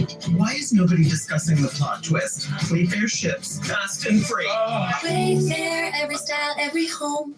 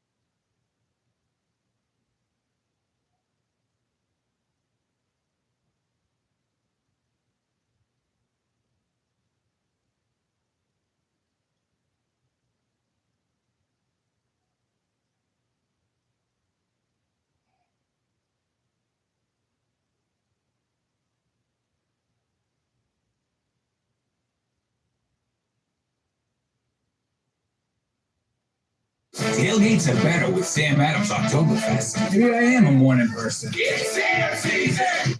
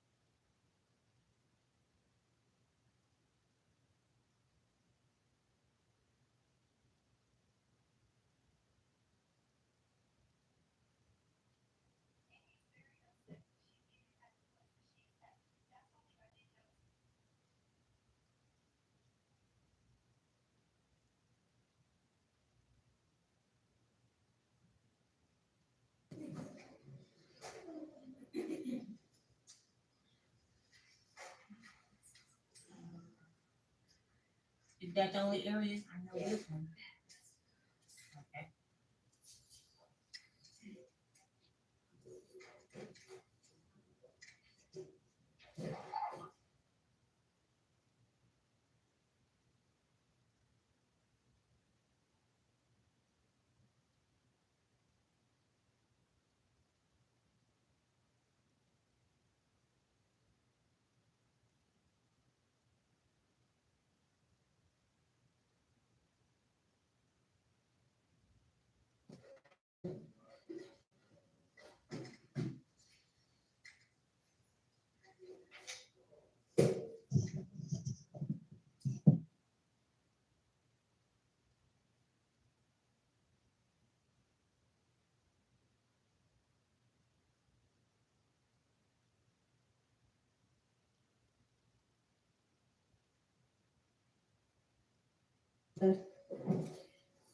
Get together and get some things settled to get on the same page with exhibits and things? Do we have any kind of? With the exhibits, I spoke with Mr. Adams and we agreed to exchange physical copies at 2. That was the suggestion, and so we're gonna do that. I did have an opportunity to speak preliminarily with some of the attorneys about the other matters. Okay. And so those are we're working Okay. on those. Good. And Miss Knight is headed over with the last page of the exhibits that we have, and we're gonna exchange the 2, and we can continue to compare. Okay. All right. So if we're not quite ready to go through that, which it doesn't really make much sense to do before y'all had a chance to see what you are on the same page about, then do we want to maybe keep going through the wiretap evidence, or because y'all were going to also get together on some of the Mr. Ryan evidence, so I'll give y'all a chance to do that as well. Right. I've only been part of that. Yeah, no, I know, and I mean, I was going to give you some. I know that we're having this unexpected non-jury day, so I don't expect y'all to have already accomplished all of that, but I don't want us to just waste time since we're here already. So one thing we can do is just skip over that one issue that you asked for a little more time on, and but you also haven't really had time to narrow down what else you think is on here. Okay, so what do we still need to look at that is not this either, but that is evidence? I didn't think about that. I'll let them.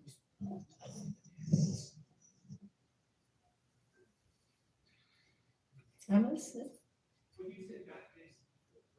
Oh, sorry. So the list of all of the various parts of the wiretaps that the state wanted to introduce. Remember yesterday I encouraged them to further narrow that down, and obviously they haven't had a chance to do that yet either. So I don't want us to go over things that we might not ultimately need to be discussing. I'm just putting this on the radar. I don't have any anticipation that the state is ready to do this today, but I'm just, for my periodic reminder, there's issues with my client's cell phone was extracted, and there's issues with any texts or any information extracted from my client's cell phone. That was in 2022, so that's involving the Chamel drinks case. I brought that up a couple of times, and the state said that they're going to identify those items. They haven't yet. I'm not complaining. I'm just trying to replace that on the radar for some later time. Okay. And Your Honor, I just want to make certain it's just the identification. There's not like a suppression or anything emotional. You just want to know what all they're going to use. I did move to suppress the the search of my client's phone, but that was denied by Judge Glanville. So, you know, there's just a lot on my client's phone that has nothing to do with this case. There's bad character stuff. There's If it has nothing to do with the case, that the state doesn't intend to use it, but from my perspective, it has nothing to do with the case. I'll put it like that. And so at some point, anything that the state plans to use as far as text messages, things of that nature, that needs to be litigated. all right, when can the state do that?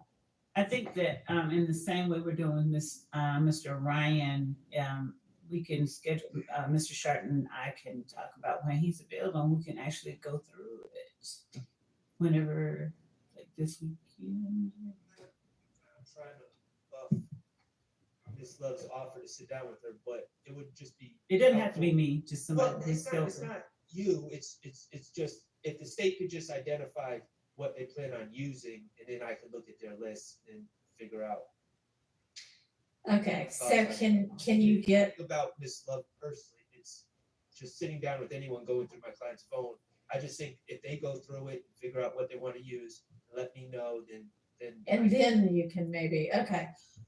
Sort of like y'all done with some of the other things. So if you can, when can you provide to Mr. Sharp the proposed list, I guess? We need at least to try and whittle it down. We need at least through next week, so no sooner All with. right. So by next Friday, you could do that? Can we have until next Monday? By the following Monday, Yes. the 23rd? Yes. Okay. These are probably when I think about it, the sequence of charged acts, these are at the very end. So if we're going sequentially. I mean, would that's assume- fine, but Yeah, we still have to do it at some point, and so probably the sooner they can get it done and get it to you, and you can, you know, y'all can maybe agree to certain things, maybe not, I don't know, but then we will have it available to litigate whenever we do have another non-jury day. So thanks for getting that put on the list. Appreciate it.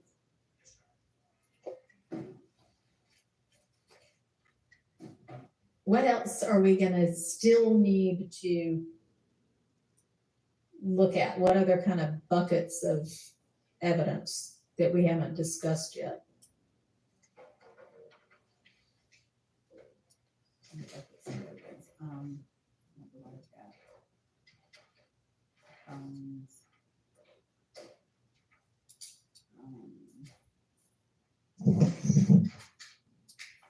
I'm thinking, Judge. Okay. And you know, I mean, one thing we had done at some point, and I don't know if we got all the way through it, but the state had provided everybody with this order of proof and exhibits. Did we get all the way through that? Because that might help trigger, oh, this is something we're gonna need to litigate. If y'all got those available, maybe we could look a little bit further through those. I can get a copy and just, for the court's awareness, we just got those printouts that I'm gonna exchange with Mr. Adams, if we can be allowed to. The exhibit list printouts that I referenced Okay. earlier.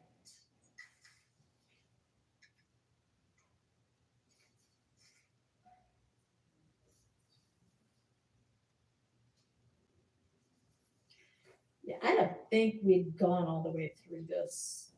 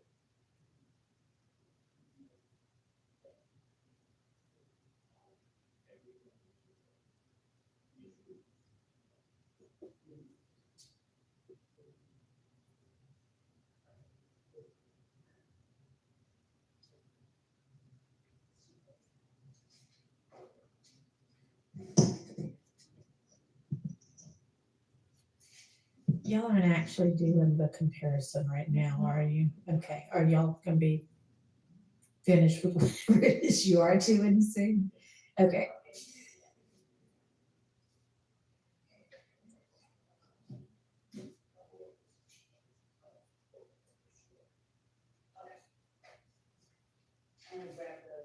Okay.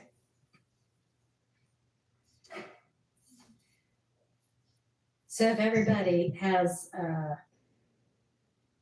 access to that list that the state had provided a while ago with their kind of a chart of the witness testimony and exhibits, I don't think we went all the way through it, and that might help everybody to think about if there are other types of. Peace out PMS with Midol Supplements Peace Out PMS. Shop now.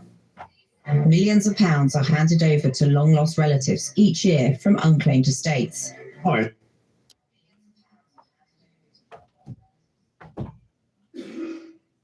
At least proposed witness 24, maybe 26. I don't know if we've gotten much further than that.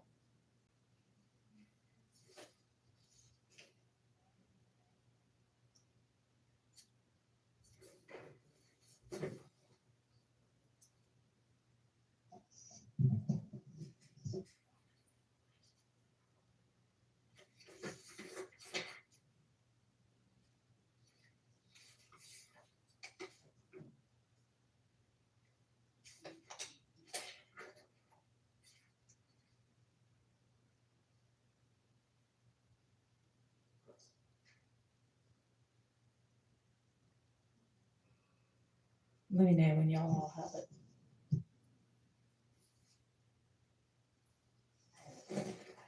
Okay. So it's on page 6 at the top with Turner. I would assume y'all have seen all the crime scene photos. Do y'all know, do you, the state, know which ones you're intending to use? So, page 6. I mean, have y'all gotten together on things like that? Like, okay, here are the 25 or 10 or whatever crime scene photos that are going to be used with crime scene tech Turner and. I don't believe that our team has gotten with the defense on those. Okay. There is we have been, and we advised them that we have been told since 2022, I think, that there was a set of photos from Adele Avenue that we didn't have. They said it was lost in the hack. We have been persistent, and Mr. Brown has somehow or another gotten somebody to put their hands on a flash drive that has photos in it that he received this morning from APD. We had the emails from between all of us requesting that they go find some physical copies. We brought this to the court and defense's attention several weeks, maybe a couple of months back, that we didn't have them. They said they didn't have them, and we just kept asking, and somehow somebody found a flash drive. That happens I can't make it up, but he has them, and I don't know that he's sent copies of them, but we can have copies brought over. That's just a matter that, since we're in the middle of that, I think they need to have and see. Okay. And so we'll bring that over as well if it's not already been sent over via a link. It may have been sent over via a Dropbox link. Okay. But we've not yet gone over the individual pictures and told the defense which ones we will and will not use.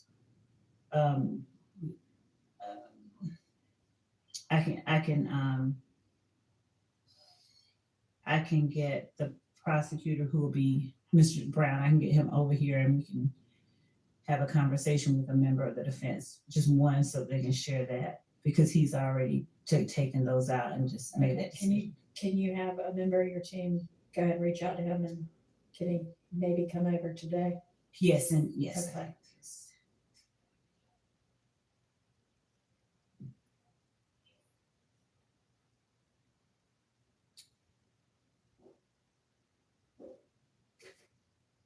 And we honestly may not have gone witness by witness up to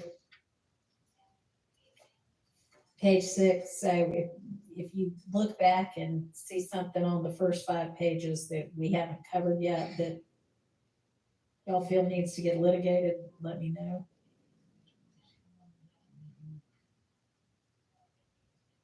Or if you don't yet know kind of more specifically what that evidence is going to be and need to, let me know. I'm reviewing it now.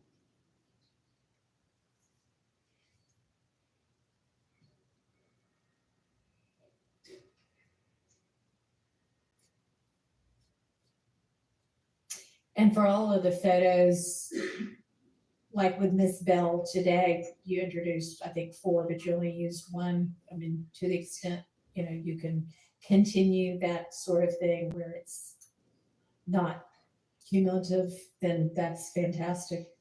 Thank you for doing that. Yes, you're welcome. Thank you.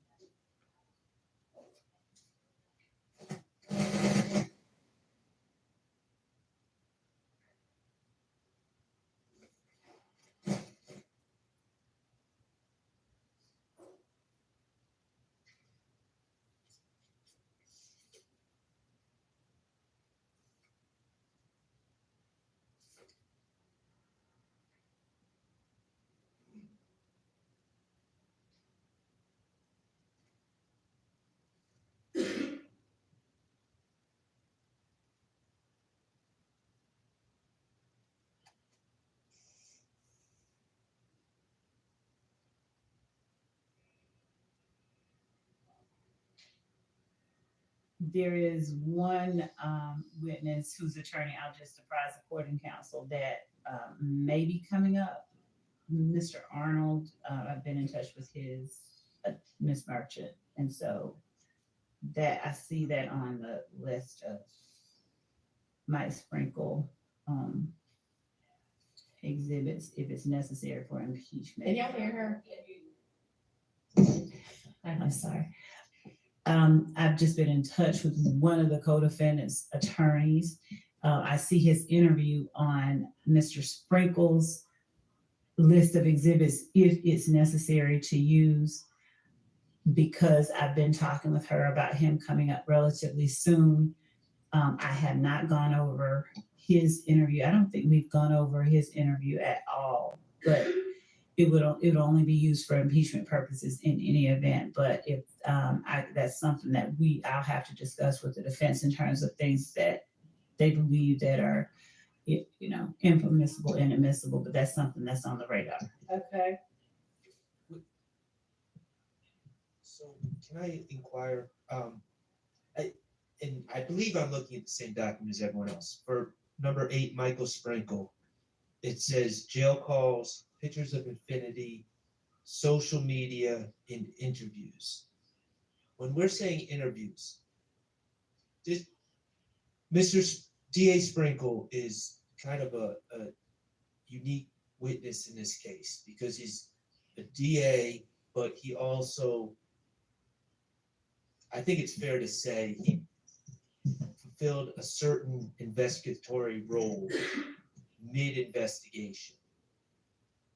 However, he wasn't sitting when it says interviews. Let's get some clarification on that. Are these interviews that Mr. Sprinkle conducted of people, or what are these? Yes, and it's also detailed in the report that we provided that he gave that 146 page report. So there are interviews that law enforcement conducted in 2015 and 16 that he would not have been a part of as a result of further investigation that he did. He would have gone out to speak with some of those same witnesses again. And those are the only ones that he would be speaking to. Okay, so the state interviews that he was in, like it says 2017, like for impeachment if I don't necessary. see a 20, are y'all looking at a different? That's what I'm wondering, because I don't see specific, it just says interviews. I don't see a date or anything. Okay. Maybe if you've got a more detailed exhibit and witness list by now, maybe share that with us. I do. It has some notes. Okay. But I will say it out loud if that's okay. Okay. Yeah, no, that's fine. So ours just says jail calls, pictures of infinity, interviews, social media. It doesn't specify. Thank you. And I thank Mr. Shard as well for that, bringing that to my attention. So the Quindarius Zachary 2017 interview, if necessary, the Martinez Arnold 2017 interview. Okay, so my concern was simply this. We're on the same page that he's not going to be commenting on interviews that he simply reviewed to bring himself up to speed before beginning his work. It doesn't sound like it. Okay. These are interviews that he was a part of. Right. Okay. So maybe interview, maybe not the best word, but If he conducted it, if he was a part of it, then for impeachment purposes, he would be the one that would be impeaching the witness if necessary. And would be only for witnesses that have already testified. Correct. Yeah, yes, ma'am. Okay, so, yes, so he's actually a little bit out of order. Well, no, I guess not. I don't know. So Arnold, Zachary, and who else? We have Kenya Morton, if we call her. She has been listed as an alibi witness for Mr. Okay. Kendrick, so we may just let him put her up, but we haven't, she's on here, so we can still discuss items within that interview that may need to be dealt with or redacted. So that's 3. All right, so yes, so these would be only after they testify and for impeachment. Absolutely. If you don't just use the interviews to impeach them while they're on the stand. Right. Okay. And then, do we know whose jail calls? We have Mr. Arnold's, Mr. Bradford's, Mr. Stillwell's, Mr. Sledge's. I think we have dealt with the ones from Mr. Sledge while he was. We dealt with the one I think that we were dealing with Mr. Sledge. And in Mr. Sprinkle's report, he referenced specific ones as it relates to Mr. Arnold, Bradford, and Stillwell. But what we'll do is go through those. That's another conversation we have to have and inform counsel for defendants, specifically those jail calls as well. So right now, what I'm looking at that we need to do from Mr. Sprinkle is go over the 3 interviews that potentially he could testify about if necessary, and just deal with any items that maybe need to be addressed, redacted, dealt with, and the jail calls from Mr. Arnold, Bradford, and Stillwell.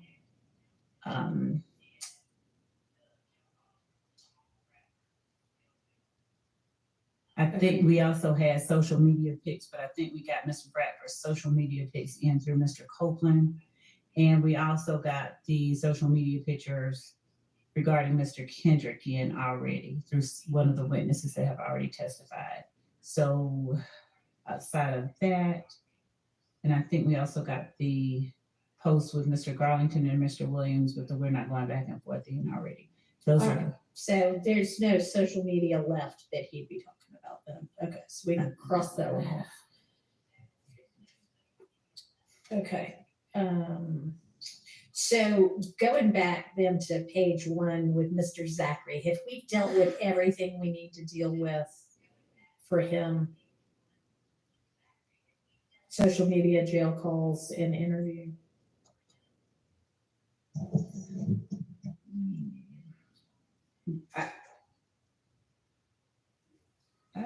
Let me check our bucket that we provided. Hold on. I can answer for the interviews. We have reviewed the interviews on the cursory level for bad character, those sorts of things. Now, my stance is that those out-of-court statements should not be played unless there's a proper foundation. So, of course, we still have that issue, and that won't be resolved until we hear what Mr. Zachary's testimony is. But we have reviewed those statements. Okay, I thought for so. The other stuff. And jail calls and social media, yes or no? You on the 2017, March, I believe, 3rd, 2017 interview with Mr. Zachary. There's one part that the Honorable Court, I think, redacted that I would like you to reevaluate if it becomes necessary. I understand it's all premature, but there's one section on one page that I would like to, I plan on, if it's right, cross-examining Mr. Zachary on and then impeaching him if he says something different. Okay.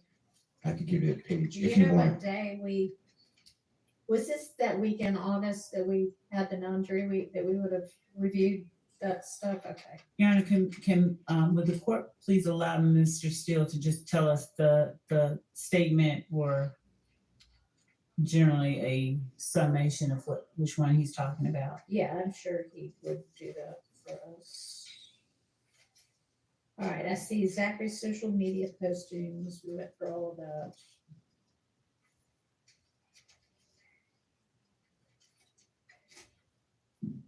Was this wasn't one of these things that is big. Zachary,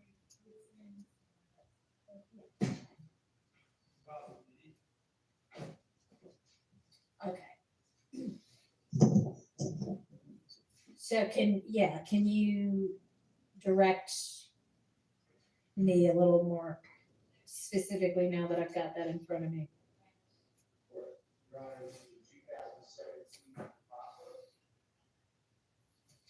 All right, hang on. The one I've got says 2015. Yeah. If you need a copy, we can, I'm sure, give you one. I would have thought I had a copy if we've already been through it.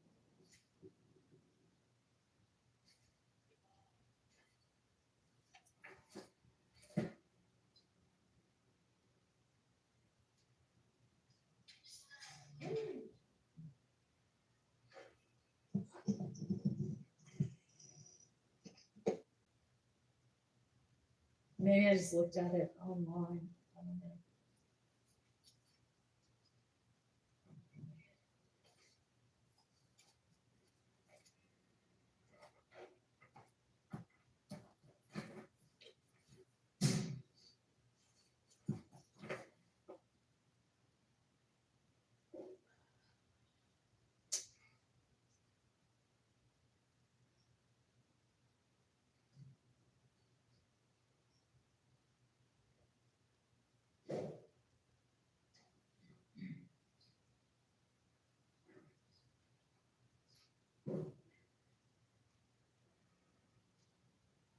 Mm.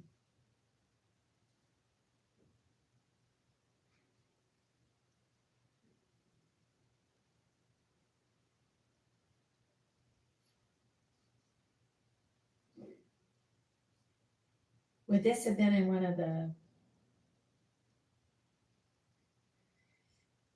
evidence reviewer links, maybe that the state sent?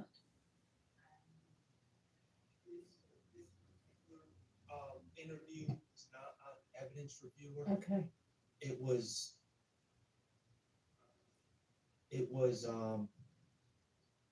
the MP3s?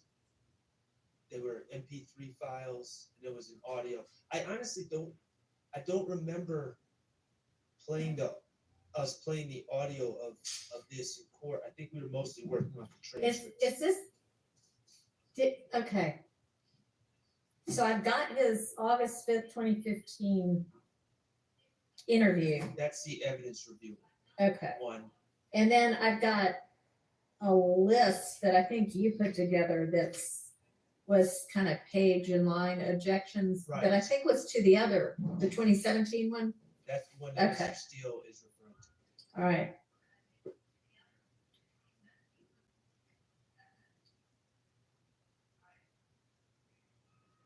So I ought to have a transcript of it somewhere, but where that is at this point, I'm not quite sure. Helps. It's a words express transcript. It's not one of the ones that the state produced. The transcripts, there's some look one way, some look the other one. This one is a words express transcript.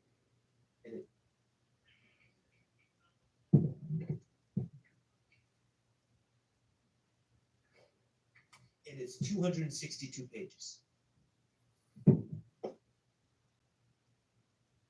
All right, well, honestly, instead of me taking time trying to find it in some electronic file, if y'all got a copy of it that I can borrow, that would work as well. Thank you.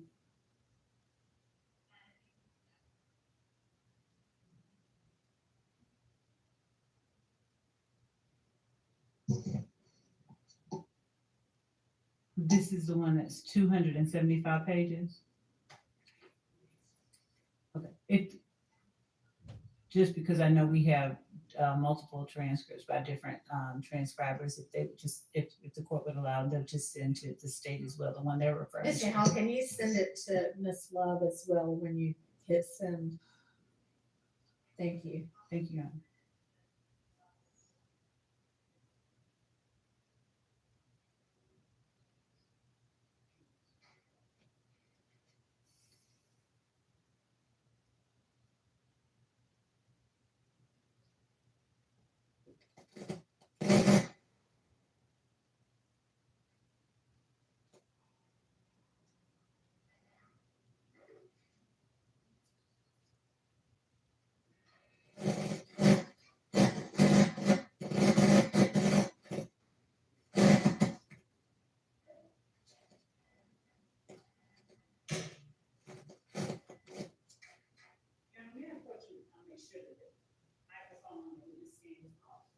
Yes.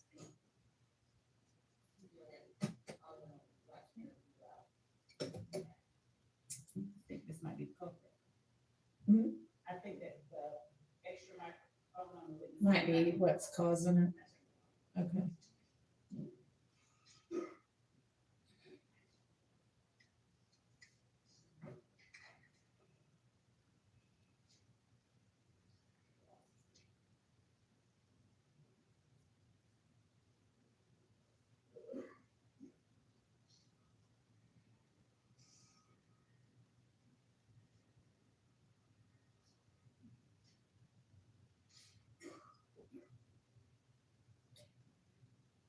And Mr. Howell, did you send it directly to me or through my law clerk?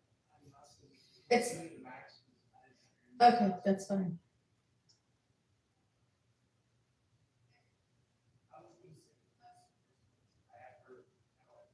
That's fine.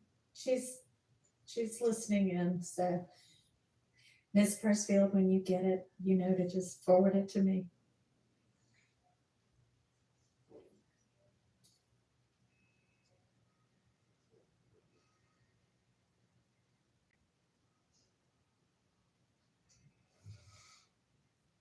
And I just sent one. I think I found the one, and so I just sent it to everyone as well. So, including the court, if that's the right one, they can let me know if it's not the one they're using.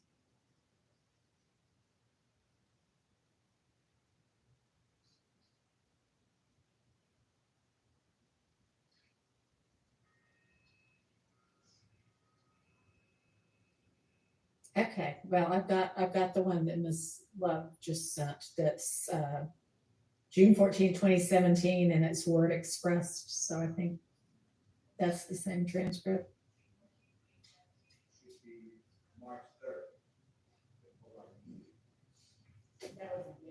Description. Date of transcription. Yes. Okay. That.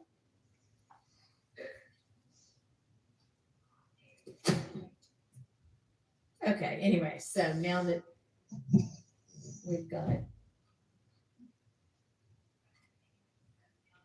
If we could just get that date, that page and lines that Mr. Steele referred to, so that I can go straight to it. I know it to be page 39. I like a fever, oh, that Haley Bieber glow. So giddy up, let's go. 'Cause And this honorable court has preliminarily excluded that unless a foundation is laid. And I just wanted to, while we're talking about information, I just wanted to tell you that I was going to seek to lay the foundation.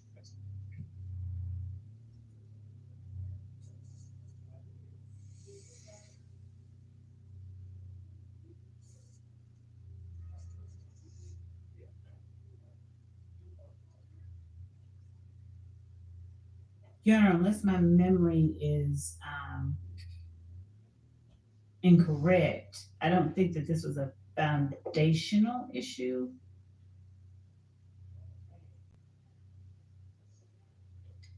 I guess the record will most accurately reflect what it was that it was excluded on, but I don't believe that this was an issue about foundation. Line 14 through 20 on page 39.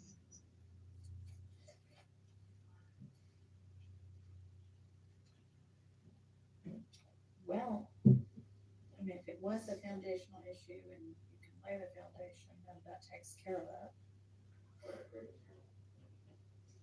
Okay. Okay.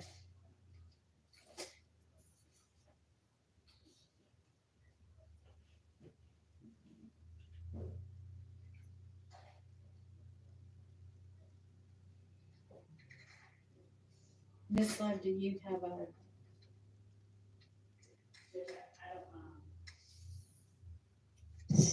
I don't have my notes on that hearing that we had that Mr. Steele is referring to, so I don't have at hand the court's ruling or anything that I can make a definitive statement about it on. Not that. I have to search through that. I don't have those notes. I'm gonna check with the team. Okay. What day was it? That would help me.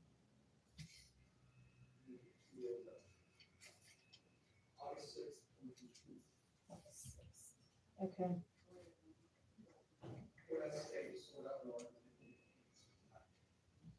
Say it again. Pick up the mic and say it. Court asked the state to sort out their argument on this and get back to them. Ah, well, there we go.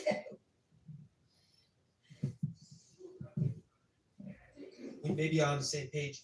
At the time, I was trying to figure out what was based on personal knowledge versus hearsay, and the state was arguing either personal knowledge or statements of a co-conspirator. So at the time, on August 6th, the state was seeking to admit this evidence. And so that's why they were supposed to circle back. But now as trials progress, Mr. Steele is saying he wants to use it. So that's why the state was supposed to get back. Okay. Does that ring a bell, Ms. Love? A small one. I'm just going through our notes on that.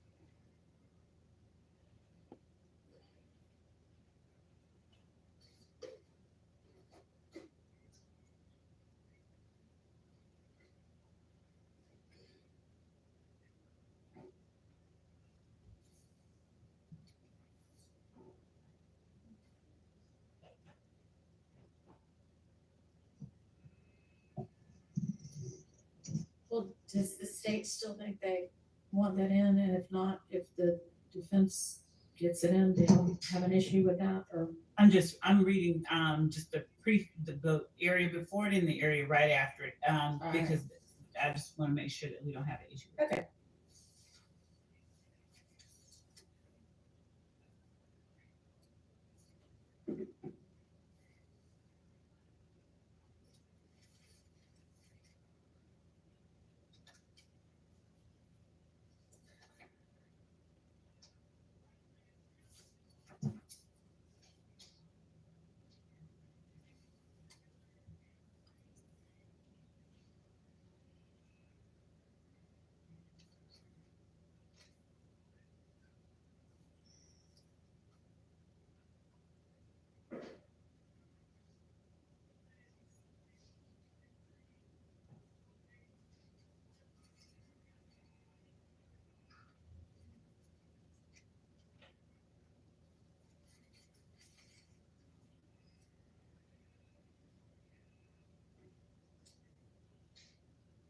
And Your Honor, it's also gonna, to some extent, rely on what else was kept out and what was kept in. So that's the reason I'm just searching through that portion.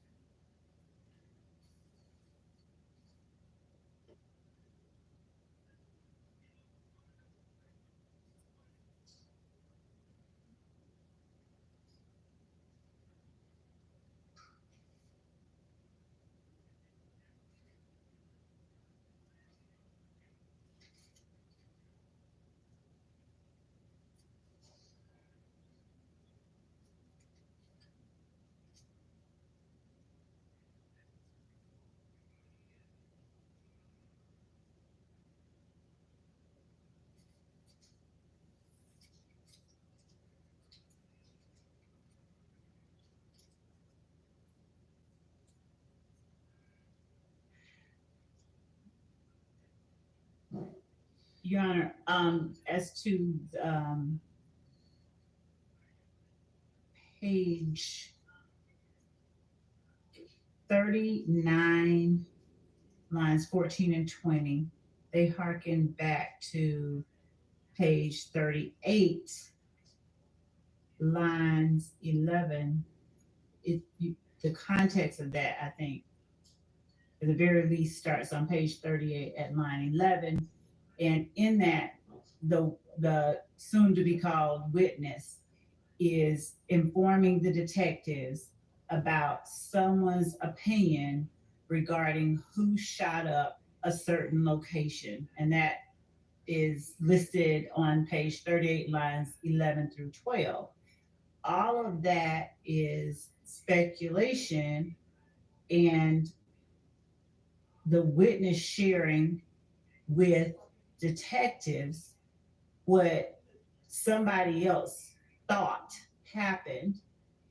And so as you get to lines 21 through 24 on page 38, when asked explicitly whether that happened, the witness says, I don't know.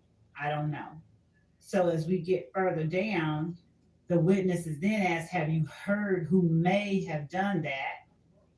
And the witness says he was locked up with the boy that was charged with it. And then ADA Sprinkle says, yeah, but I mean, do you think he did? Did he tell you that he did? The witness says, no, he said he didn't do it because the witness's cousin was supposed to make a statement on it or something, but it was the wrong girl. He said he didn't do it though. And then they get into this. Who shot Kelvin Watts in Mechanicsville?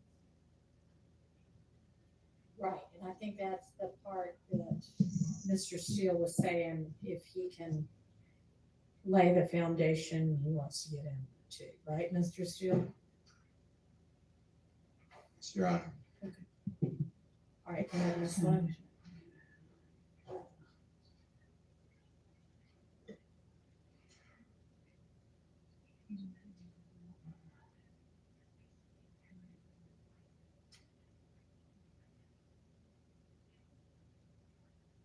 Okay, I remember this argument. So if there's no objection from anybody else, I don't think that we have one to.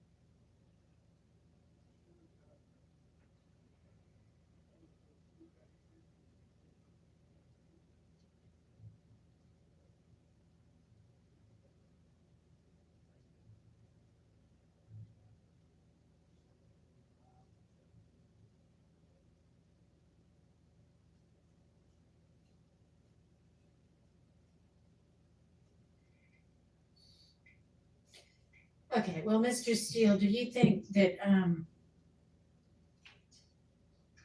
is your plan to kind of ask some foundational questions to figure it out? Or do you think that it's already enough here in this transcript?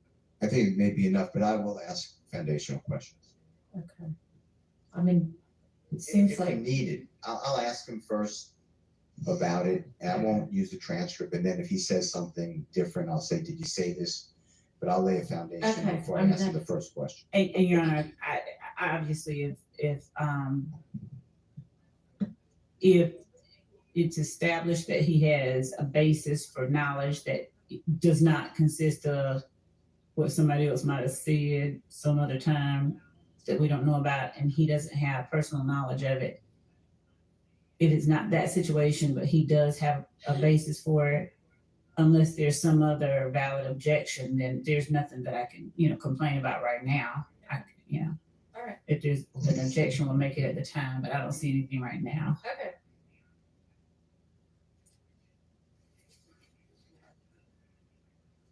Thank you.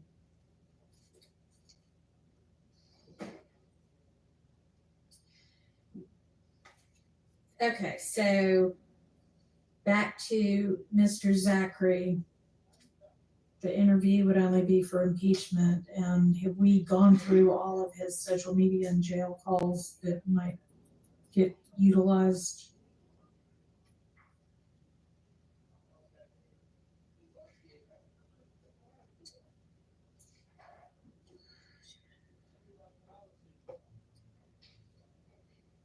I thought we had gone through his I mean, I thought we had social to media. check him. Here it is.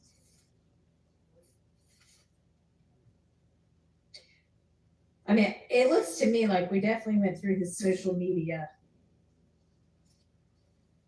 postings and made the evidentiary determinations about that. But I don't know if we did jail calls or not. I don't recall going through any jail calls. Okay, so are there jail calls that you might intend to utilize? Isn't he coming up pretty soon? Potentially? Potentially. Yes. Okay. And so I think that any of Zachary's jail calls would only be used to impeach Zachary if we needed to use Zachary's jail calls. All right. So right now, Okay, so that would just be, if it happens to come up, we'll just roll with it at the time, I guess. Unless obviously if you know of something that you think is gonna be an issue, right. then just kind of alert us outside the jury's presence. I But can- otherwise, that'll just be a trial issue. Okay. And then the next witness on this sheet is Detective Thorpe. And I think y'all were gonna get together on the part of Mr. Kendrick's interview that might come in on redacting it for any potential Bruton issues. Did y'all get a chance to do that yet? what my memory is, Your Honor, was that I know I said that I would be asking Detective Thorpe questions rather than trying to play all of that. And there were maybe portions where Mr. Kendrick talked about where he was on January 10th.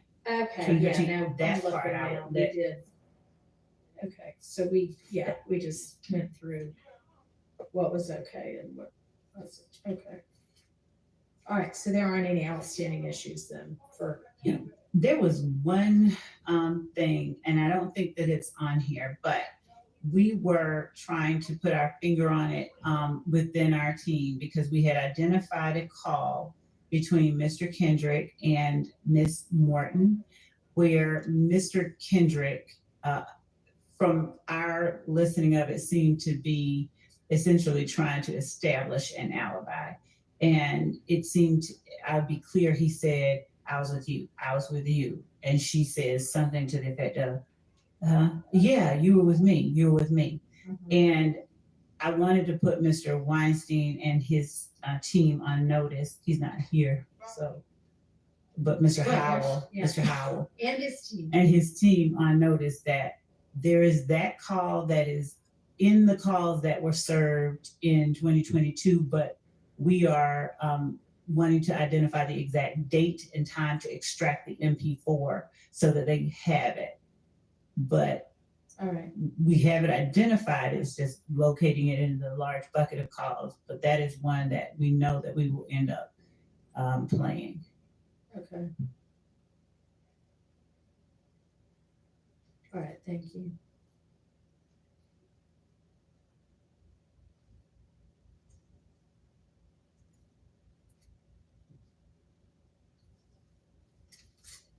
Okay.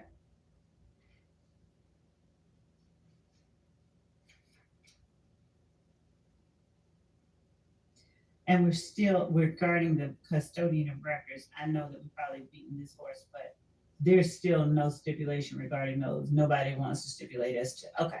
Doesn't sound like it. If anybody reconsiders on that front, please let the state know.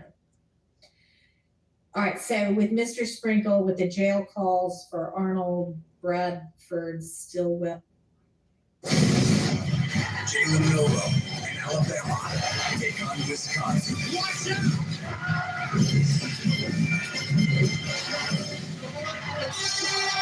Big News Saturday, only on Fox.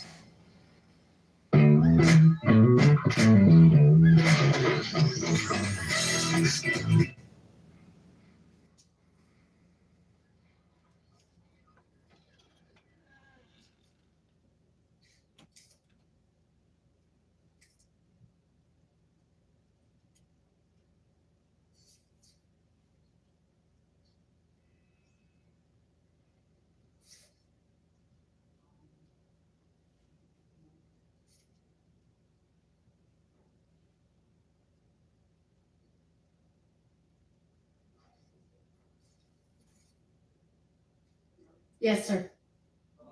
On the subject of jail calls, I know we changed, we went away from this topic, but the state mentioned Quindarius Zachary jail calls. From my recollection in the discovery, I don't believe we've ever been served Quindarius Zachary jail calls. I do know, I'm more certain that the state has never identified any sort of group calls that maybe they may be interested in bringing into this case. So if there are some calls, if we haven't been served them, which I don't believe we have, I would ask that they be excluded. But if there are some calls into discovery, I would just ask that they're identified before, like, right when the state wants to bring them in, because we're gonna have to review them.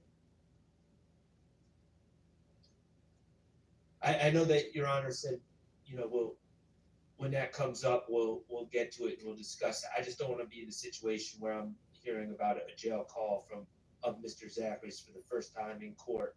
And then Well, having it- certainly if y'all don't have them, then that's an issue, but let's find that out. All of the jail calls have been served. Everything, all of our jail calls for especially Mr. Zachary, which would have been those that we had around 2015. And I'll go look and point to specific things, but again, I have not identified any particular calls of his that we intend to use, and we wouldn't be introducing anything except for impeachment purposes. And his statements, the summaries of his interviews and transcripts of his interviews have all been provided.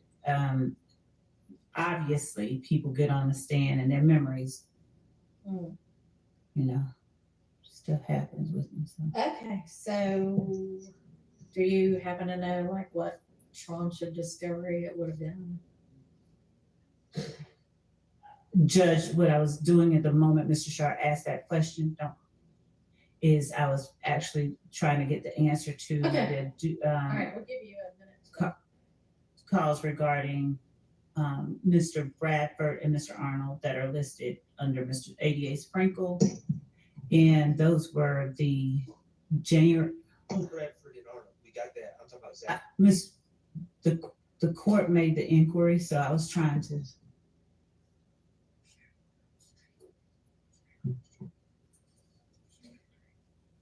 Okay, so through Sprinkle, it would be Arnold, Bradford, and Stillwell, and that's it. Jail calls potentially. I believe it would be, those are the ones that we have identified so far. Yes, those are the ones that we intended. There were only, I think, 5. And I paused because I was now looking at okay, there they are. So the January 11th, 2015 call between Martinez Arnold and Javaris Bradford. The January 10th, 2015 call of Martinez Arnold at 7:42 p.m. The January 10th, 2015 call at 8:18 p.m. and the January 17th, 2015 call at 7:17 p.m. Those are the ones that we have provided that we intended to introduce through ADA Sprinkle. Now, as to the follow-up question that Mr. Sharp just asked about, and that the court inquired about, the Zachary jail calls were served in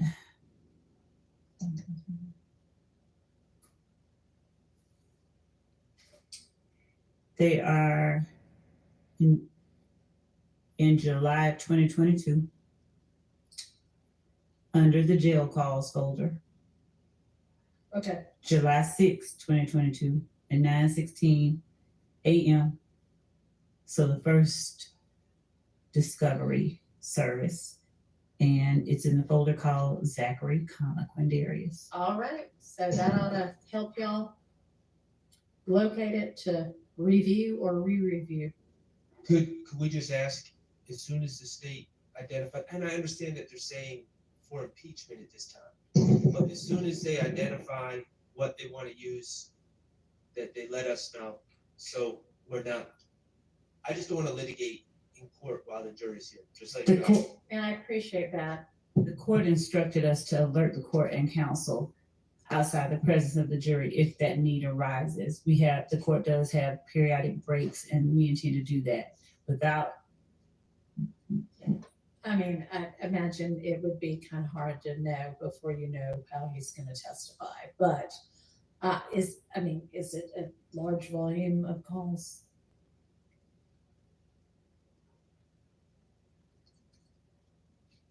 One moment to look at it. Approximately how many. And to be clear, I know the subjects, I know the questions, generally speaking.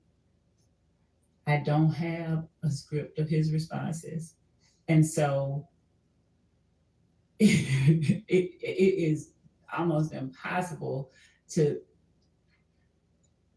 at this point, predict which, if any, would be impeaching, because as everyone has witnessed, sometimes answers are non-responsive and not true at the same time. So it's just, I'll look through Mr. Zachary's calls to see if there's any one that contains something that's not in a statement or a summary. Okay. Thank you.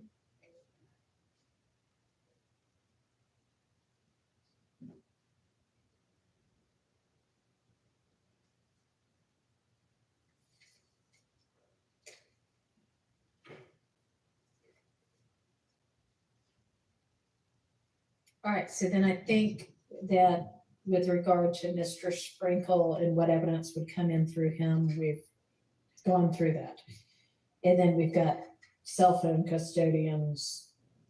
I think we already talked about Mr. Burney.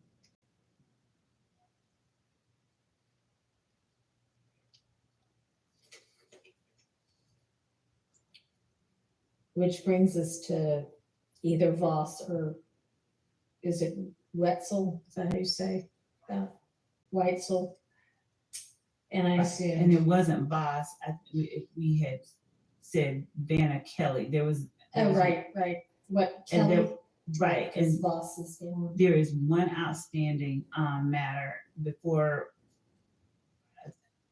I think, at least a week before. I don't have the notes that I had called about. I'm checking now to see if they've been sent recently, but so the court had asked us whether she had provided a separate report. Right. And what the GBI told us that we informed counsel for the defendants is that she not just peer reviewed, but she verified the results that Mr. Voss obtained.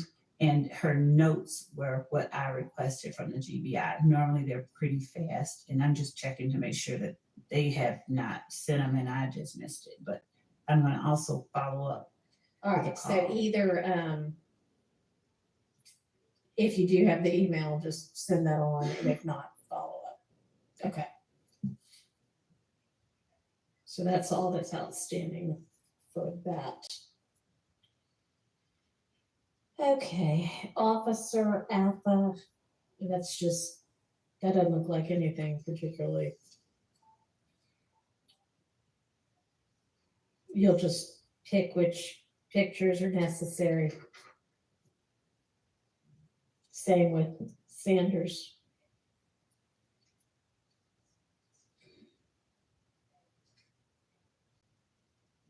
And Smith, that evidence already came in, right? With Sledge.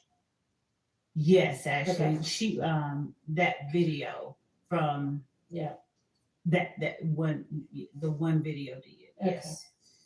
And then we've done Miss Latner's, and Miss Bell. And Pitts is just gonna be testimony. Pitts' testimony and some of those pictures that we talked about earlier today, that if we've not sent a link over, that we're gonna be providing to them, those are the 1428 Adele Avenue pictures. If the court would indulge. Can you come on?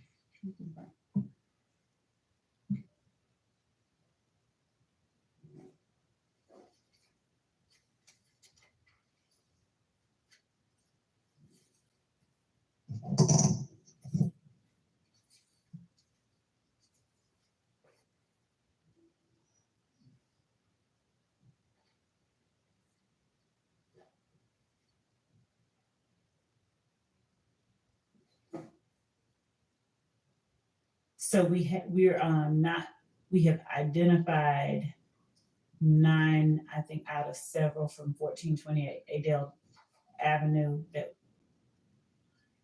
that we intend to use. Okay. With Pitts. Am I understanding you correctly? Let me confirm. Just one.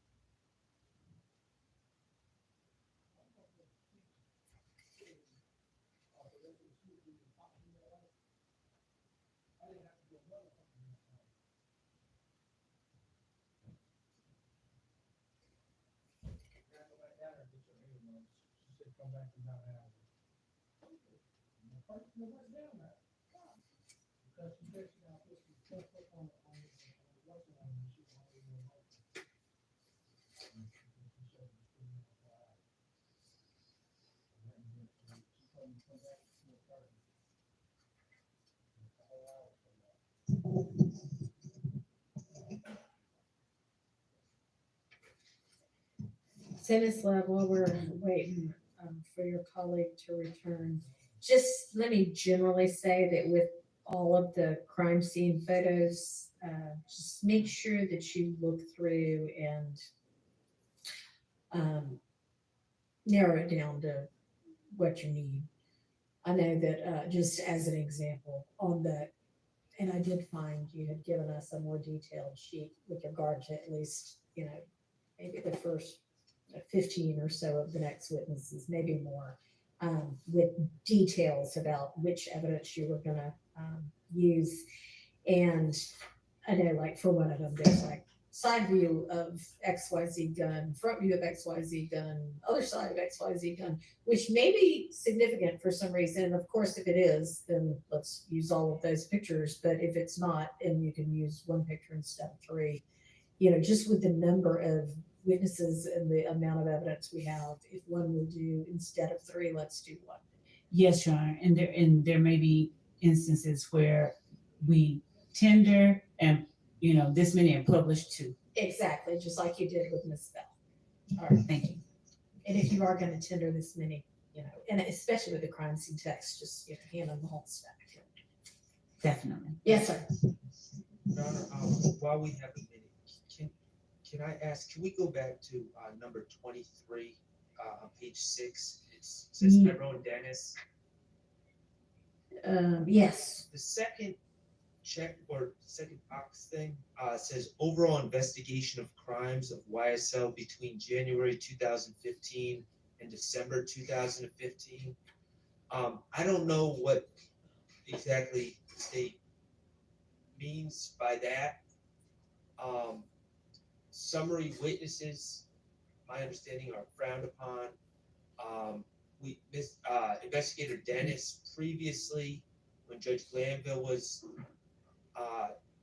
the judge in this case, there was a easel with pages being flipped where he was listing all these different shootings and saying what was gang related, what wasn't gang related, or really just what was gang related, and kind of going through a timeline of a bunch of different acts of violence. I don't think at this point, if it's targeted to something, I'd be interested to know what the state is trying to get from Investigator Dennis at this point. But just like another recap of everything that was going on. I mean, we objected the first time, and we still don't believe it was appropriate. But to do that again, it's just, we're kind of retreading the same summary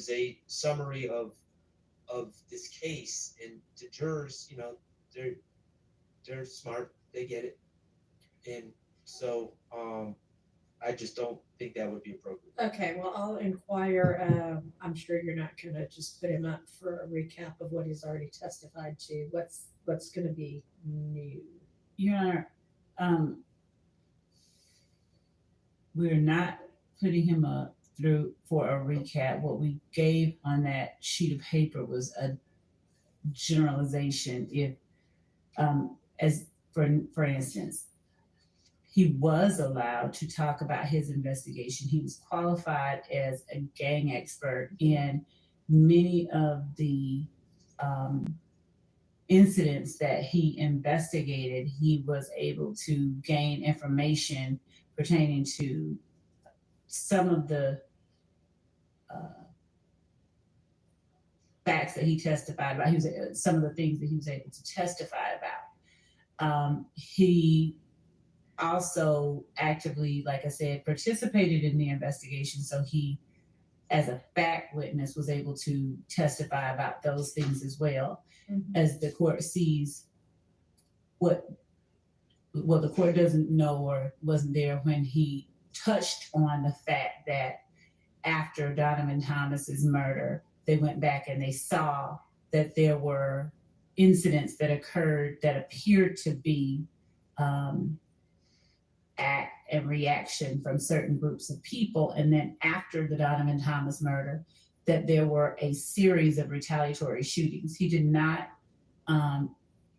go deep into them. There were incidents that were listed that we are now presenting evidence of. At the time, there were objections to him talking about his investigation into those crimes. We alerted the court. We're going to put up evidence of those crimes. This particular one we did today is one of them. Right. So, in as much as he gave a broad overview of, what things they saw occur, and that is at this address, there was a shooting. Then there was this shooting at this address. To the extent that there are details that are going to be brought out or that are challenged on cross-examination. Those sorts of things that were not ever talked about before will be talked about with Detective Dennis this go round. This will not be a rehashing, of a summary. That's not necessary. That would be a waste of time. This is going to be information that either he's not testified about or someone challenges another person on cross about. I don't think that at this point we can actually say, hey, this is all the stuff that we're going to talk about. We do know that it's going to encapsulate that area, that span of time that we listed for the defense in the court on that sheet.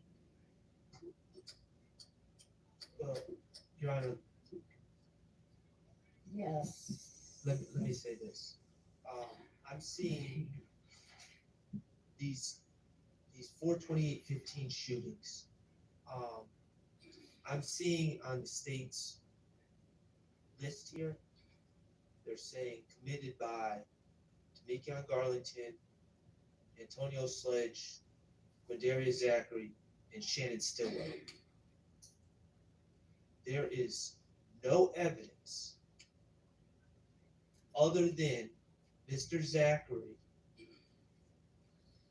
in his proffer trying to get better sentence, saying that Mr. Stillwell was there. There's absolutely no evidence, no phone records, no other witnesses, no ballistics that link to Mr. Stillwell. There is nothing that puts Mr. Stillwell in that case. My concern, and he wasn't charged. Okay. What I don't want is, I don't know what Mr. Zachary, where he is, if we're going to hear from him, if we're not. But what I am going to have a motion if somehow Mr. Stillwell, through investigator Dennis or some other witness that has no firsthand knowledge of anything, starts trying to bring my client into the 4/28/2015 shootings. And from the discovery, the only person that says that is Mr. Zachary when he was, trying to get himself out of trouble. But if Mr. Zachary says that, I will deal with that on cross-examination. But beer lovers, the Great American Beer Festival is back and better than ever, October 10th through 12th. State, we are well aware of what the rules of evidence allow and don't allow. We will adhere to those.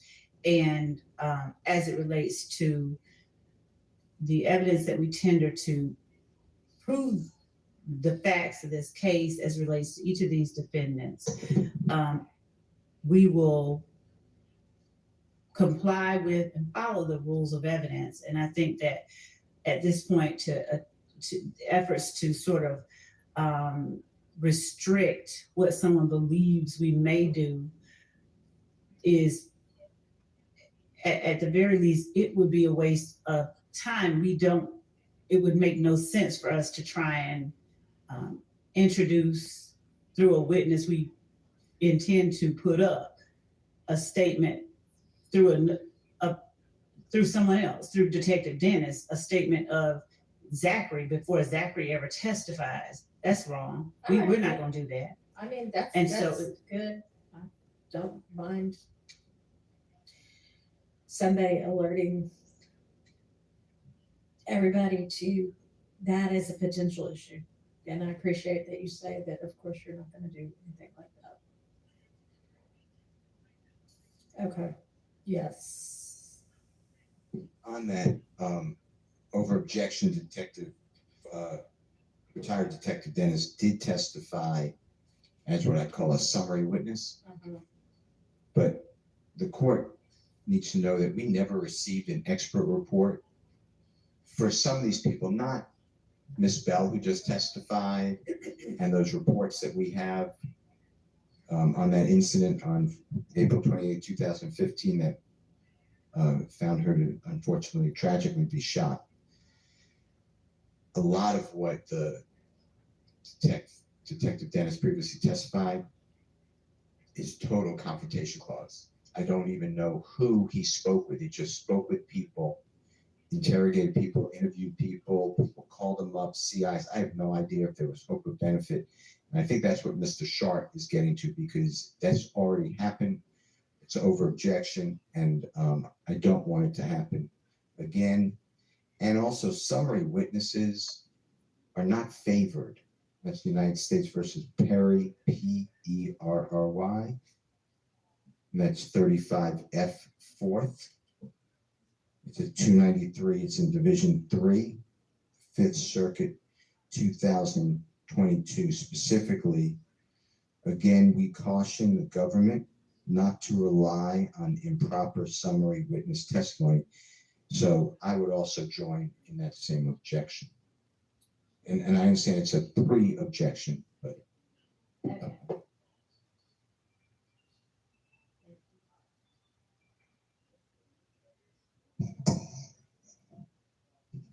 And actually, I think that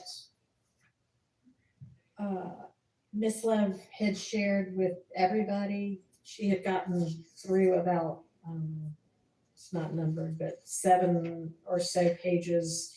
Witnesses at the time, they were 81 through 110, with more detail than what's here of exactly what she thought the evidence was going to be at the time she put it together. And for Detective Dennis, he's on the last page of that.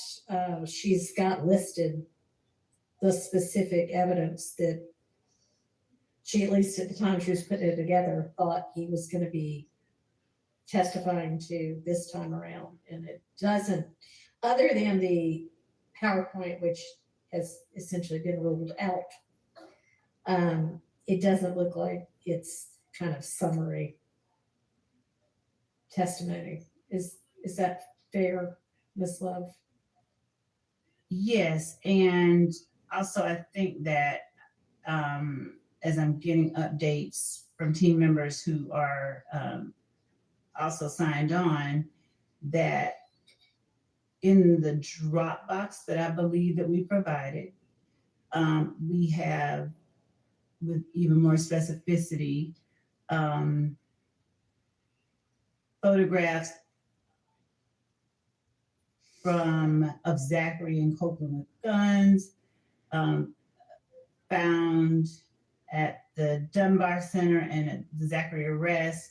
And I think that this is something that has already been touched on. It's not, the court is correct, in short. We've been more specific. Okay.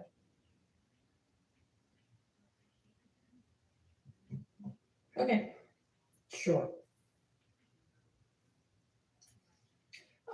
All right, so did you come back with further information?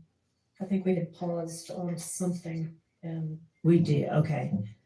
So we have from Adele Avenue, there are several photos that we are still narrowing down that we got today. We will provide both all of those photos as well as the ones we intend to tender as evidence.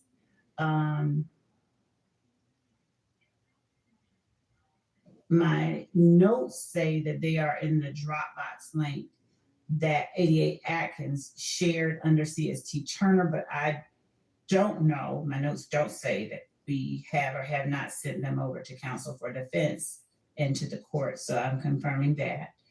We have 15 additional photos and a floor plan for 1903 Drew Drive that is being sent over shortly as well. Let me confirm whether that Dropbox link was shared internally or with everyone.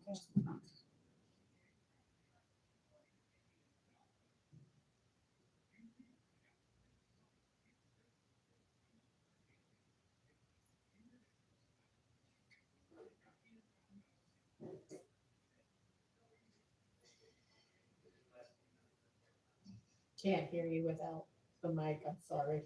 If they're looking for a recent email, I'm just trying to help. We haven't received anything from the prosecution team. Okay.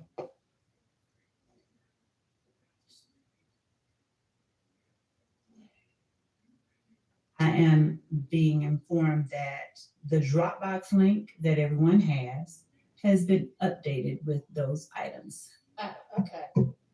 So just, can you tell which Dropbox link it is? Because I know there are several. The one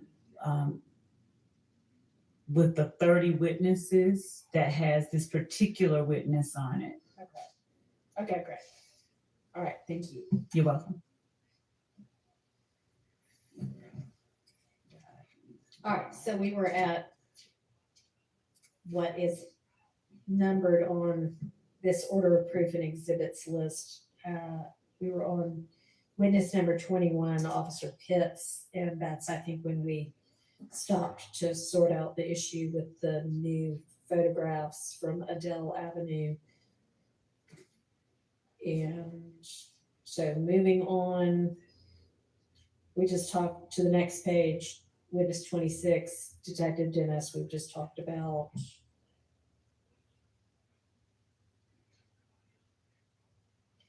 And I had written down from when we talked before, the number 87LL, was that the PowerPoint that we have already dealt with?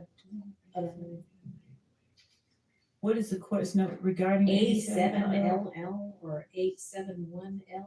I should write more detail in my notes. 1 second.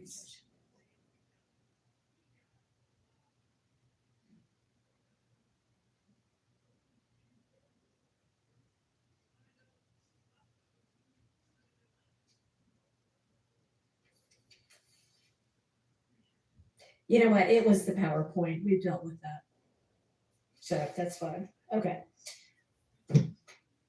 All right. So turning the page, we've got Mr. Arnold, his plea agreement, potential jail calls, and social media. And the jail calls would again only be, y'all are having him testify, planning to? Correct. So that would be, is that gonna be anything other than potential impeachment? No. Okay. I think that. And those would have been the same jail the calls that were listed under Sprinkle also. Well, yes, I was gonna say,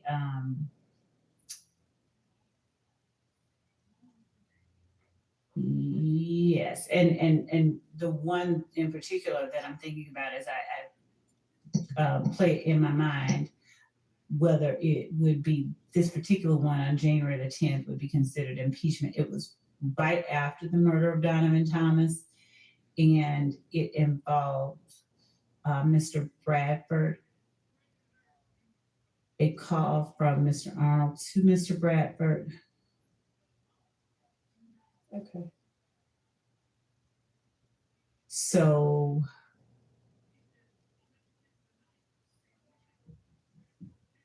it's a call that the state may tender on its own. I think it's one that the conversation needs to be heard. I think it's something that can't be captured in a examination and a response. All right. So is that one that we need to litigate anything about? Yes. The defense thinks so, so I guess we have to litigate it.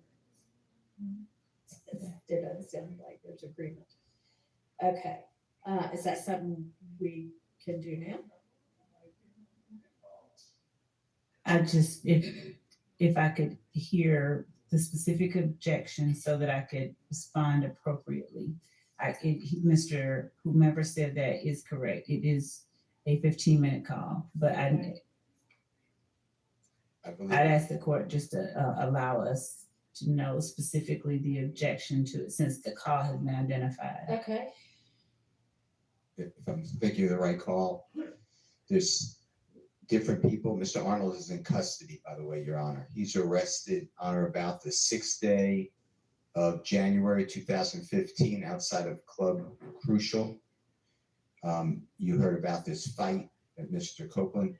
He's arrested outside. And I believe he's charged with either a small amount of marijuana or a gun or something to that effect. It's now the 10th day of January 2015. It's approximately, my memory is 7:42. I may be wrong. And it's clearly a collect call. If the voices are identified the way the state says, it's Mr. Bradford at first and Mr. Arnold. But then there's another woman who's on the phone, who I am not going to stipulate who it is. And she gets on the phone and supposedly says something potentially about Mr. Williams. I'm objecting to that portion if that person's not testifying.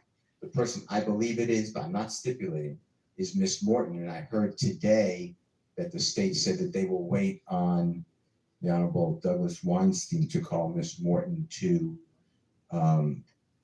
promote the alibi defense for Mr. Kendrick. So I would move to exclude that portion. There's other portions, and I just have to get my notes, Your Honor, but I can do that are not relevant. They're talking about, I don't know, the jail food, or I don't know. I don't want to make specifics, but it's nothing to do with anything happening in our case. Okay. So understanding, at least I'll respond not to the jail food, but because that was at most a few words, but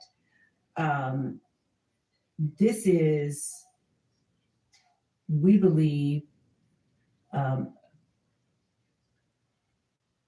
calls between co-conspirators who are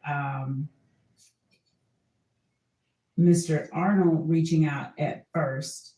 I believe he may have initially had one purpose for reaching out, but the conversation turned to an alert or an informing of the current status of something that had just occurred. We believe that the thing that had just occurred that is a part of the larger conspiracy that is count one is the murder of Donovan Thomas. This is Mr. Arnold reaching out to Mr. Bradford, Mr. Arnold asking, what's up, how things are, how are y'all doing? And Mr. Bradford saying some shit just occurred. He's, we believe, being intentionally selective with his words. And Mr. Arnold is asking where other people are. Miss Morton gets on the phone. Mr. Arnold specifically asked where Mr. Williams is. Ms. Morton says to Mr. Arnold, "Hey, Goldilocks." Mr. Arnold at some point had his hair dyed blonde gold, but she references him. And at some point, of course, Mr. Arnold asks, just to speak to the idea of we don't know who it is, Mr. Arnold asks Mr. Bradford, who is that? And Mr. Bradford, I think, says Bushi.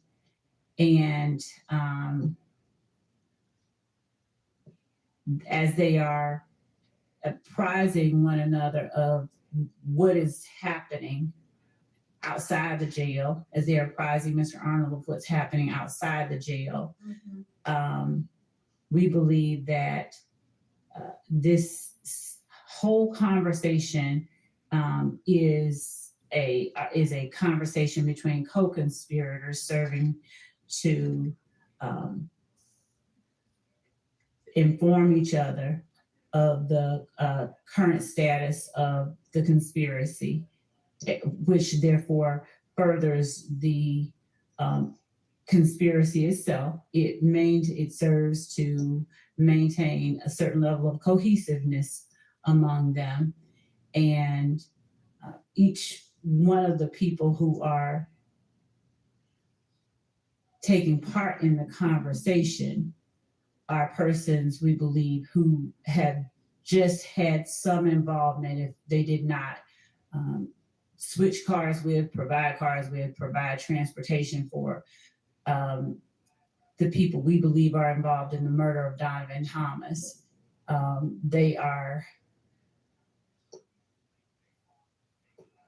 advising each other of where the participants in that activity are at the moment that the inquiry is made.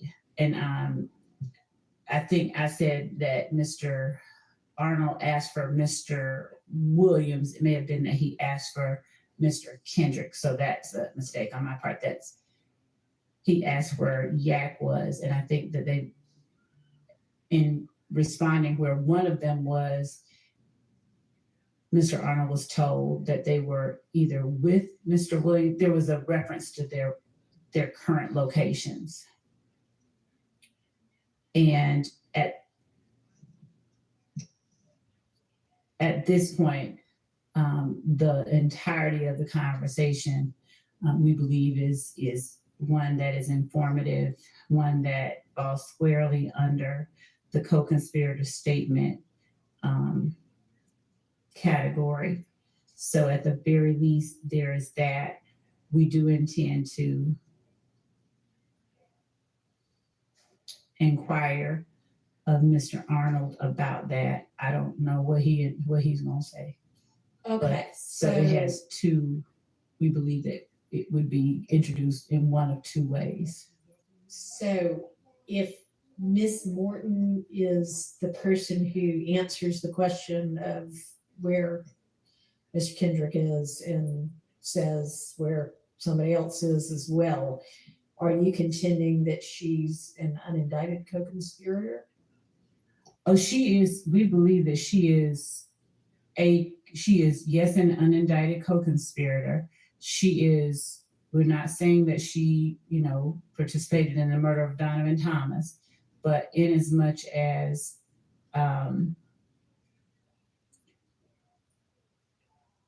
her actions this night and what she does later on, I think the conversations that she has with Mr.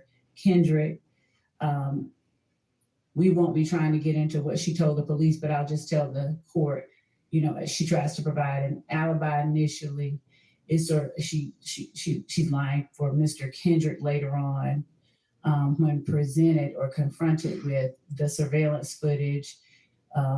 She's kind of coy and, say, I don't see who is it? I don't see that. So she, yes, is a part of the conspiracy in that sense. She's not indicted, but when we're looking at the broader conspiracy that involves YSL and protecting its members and carrying out its purposes, she is a part of that. She's not indicted. Of YSL? Yes.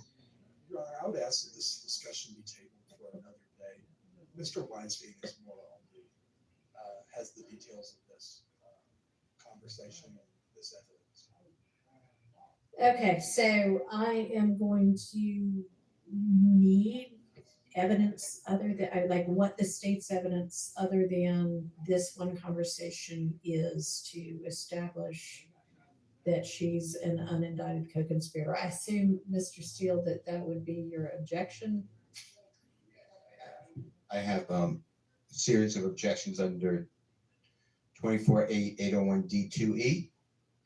And specifically, and a good case I think is Stafford STA FFORD versus State 312, Georgia 811. It's in Division 5A as in Elisa, 865 Southeast 2D, 116, 2021.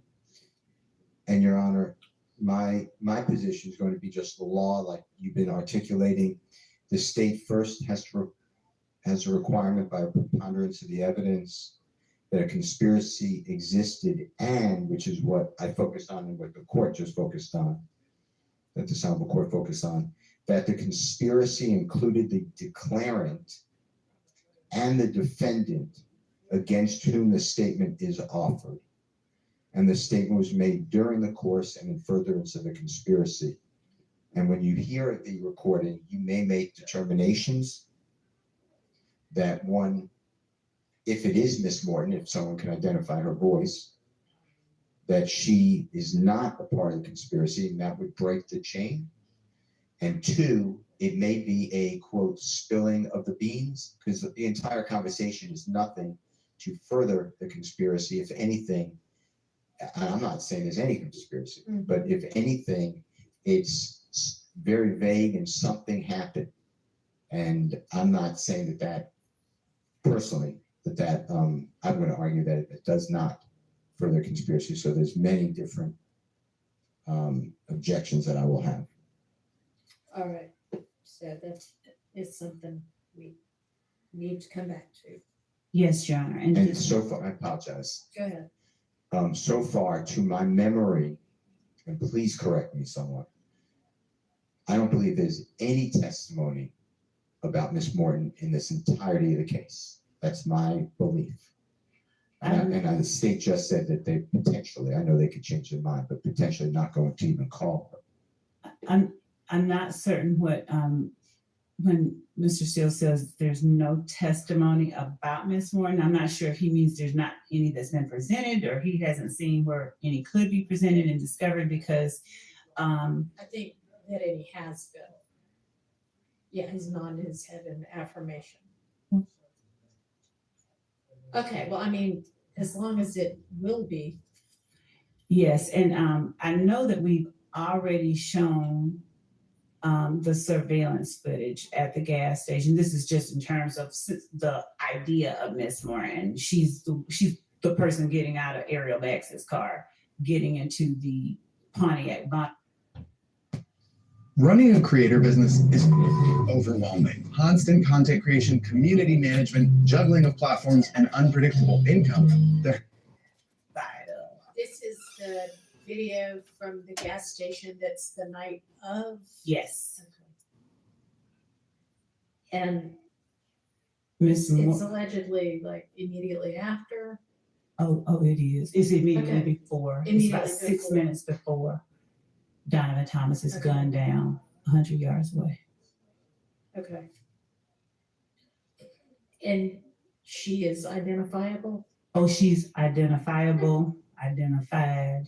All right, well, that sounds like that might do it, but we'll circle back on the day when Mr. Weinstein is here at Mr. Hell's request. And I assume there's gonna be somebody that says, that's able to testify that her kind of street name is Bushi? Yes. Okay. All right. Thank you. So that is that jail call. And then what about Mr. Arnold's plea agreement? Is there a similar kind of factual acknowledgements as there was with Mr. Sledge? There is with each defendant that pled guilty. And also, as I was over the time that the court broke from when the jury was here, I was going through my emails to try and do finish up the collection of correspondence at the time that I was speaking with Mr. Merchant, his attorney, to tell her he's coming up. Okay. And I found that same series of emails that I'll be sending to the court Okay. and to counsel for the defense regarding her requested changes, Okay, well, or he is, or however. I'm gonna hope that we don't end up calling another attorney. I don't, Judge, I didn't want to call the first one. I didn't really go that well for you ultimately. We'll see. Okay.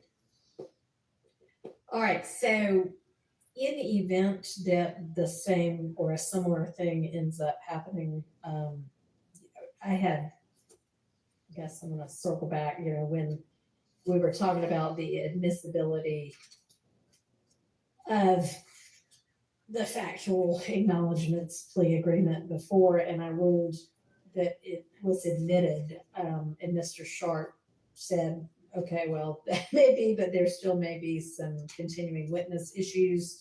And I said, well, we'll deal with that later. I was thinking about that yesterday. And I also think that there are continuing witness issues with that. I don't disagree with the continuing Okay, witness so, part. basically that never got displayed to the jury because we only admitted it after the jury was gone and the witnesses were both off the stand. So really, that's not anything they'll ever see. Actually, Judge, I tendered it, I think I tendered it in front of the jury. And at the time, there was an objection. Right. And I believe that to the extent that the court admitted it, it can be published. It can go back. Okay, well, I don't know who you would, I guess you don't necessarily need a witness to do that, but. And since the court did bring that issue up, there was another matter regarding the factual acknowledgments that I wanted to bring to the court's attention. Okay.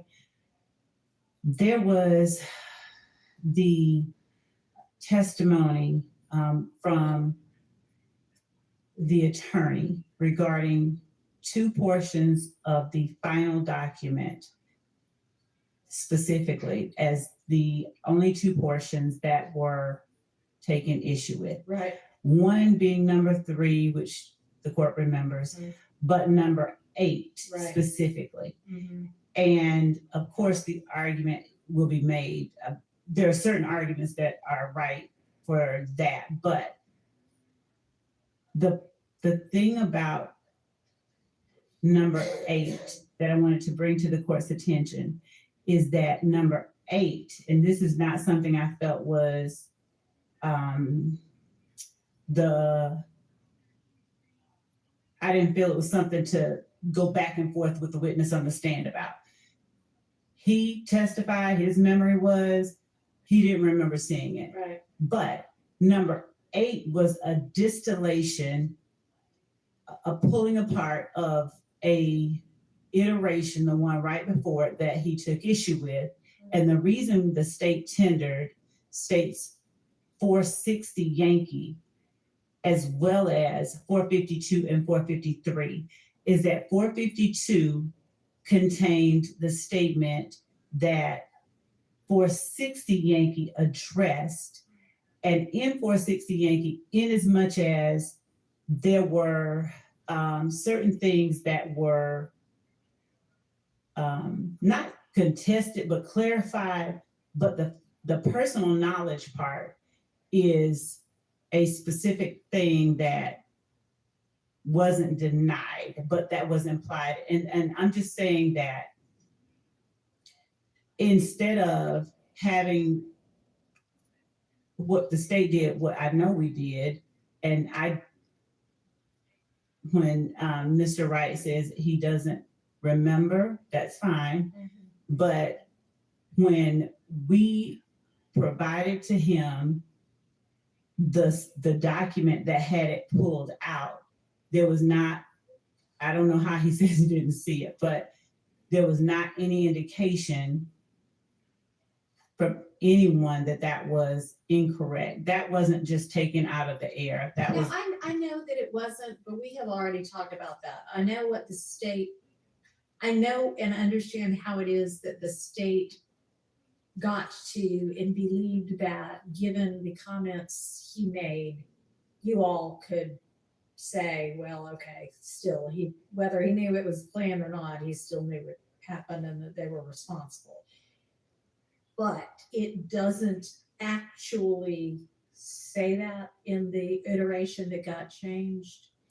And so that might have been the state's understanding of it. But, I mean, it is what it is. And you didn't explore that with the witness anyway. So, I mean, at this point. I mean, obviously that was a protracted examination that I did not want to make more protracted, but I do think that in as much as there is an attempt to convince the jury that essentially these are made up things that the That state you just put. slipped it in? Yes. Well, I mean, Ms. Love then put somebody else on the stand, but I mean, you telling me this, I mean, it doesn't do any, I mean. The reason that I was telling the court that was not to try and completely relitigate an issue, but as to the section that dealt with his response, not the whole response, not that it was 460, but I would ask if the court might consider reconsidering just us putting in that one part that he responded to, the way that he responded, and then the ultimate version, so that at least before the jury is where that came from, since there has been this continued effort to convince them that we make stuff up and we just, out of thin air. Well, you're the one that decided to put him on the stand. I don't regret that, or I don't think that that's the problem that maybe, obviously minds can disagree. I don't think that that's the problem. Okay, well, if it were as clear as somewhere in the earlier version was the statement, I personally know that members of YSL were responsible for this murder, or whatever it said in the ultimate version. If that were in the prior version, that would be one thing, but that's not in the prior version. So I have thought that issue through. Yes, And I understood that to be your argument yesterday or the day before or whenever it occurred, the day before and yesterday. And I just. Yes, Your Honor. Okay. Appreciate you giving it yet another try. And I'm being facetious. I know you are. Okay. So anyway, with regard to if the same or something similar comes up with some other of these co-defendants who have pled, then just be aware that, and it sounds like we're all in agreement that it can't go out to the jury anyway. So if you want them to see it and it does get admitted, you'll need to display it at that time. And if you come up with a way to publish this other one, then let me know. Okay, okay, thank you. Okay. All right, so then if we turn to the next page, we've got Ms. Latner's again. I know we went through did we go through every CAD report she's gonna be testifying to when we were talking about the hearsay? I think that we did. Okay, all right, so that part's taken care of. All right, there's Mariah Smith, and that says interview. Is that like with police or with, who is that with? It was an interview with the police, and she also testified at trial. We don't need to, or we. Oh, she's already testified? No, not this trial. Oh, at a in the murder The trial. 2015 Yes. trial. No, Okay. it wasn't 2015. Some other. 2019, yes. Okay. So, that, we would not need that for any reason other than if she, Impeachment. Okay. right, or substantive. Okay. All right. Prior inconsistent statements. Right. We're on a different act at this point. I see. And same for whomever the Right. two people are? We had Rodney Newton and Bernard. And or Bernard Mitchell, and you were gonna call one or the other. Right. Okay. Same with them. Yes. Okay. All right, Detective Hogan. We know we need, the interview of Ryan's not coming in, and then we've already done Mr. Ryan's social media, right? I don't think we've done all of it. I think that's something that we were, Ms. Hilton and Ms. All Abbasi right, y'all are gonna, are still discussing, and we. okay, Email I sent. Okay. They're Great. supposed to like get back to me. Yeah, okay. Ms. DeWilliams and I have been. Great. All right, Mooney Lee, then that's gonna be play agreement, same kind of similar thing, and then text message, anything we need to litigate with regard to that text message?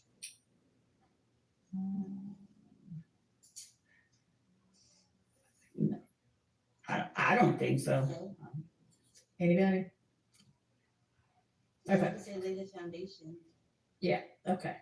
And then blog videos, social media, and music when we flip the page. Yes, so I don't know what objection anybody would have, given that it is Mr. Lee who's on the stand, but the video itself is specifically the blog video. We believe is definitely an overact. They are talking about the meaning of certain terms, slat, and Mr. Lee makes a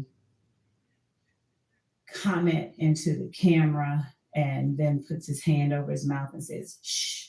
So that video itself, we believe, constitutes an overact in furtherance of this Okay. conspiracy.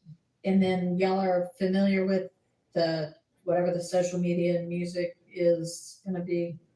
So if there are any issues.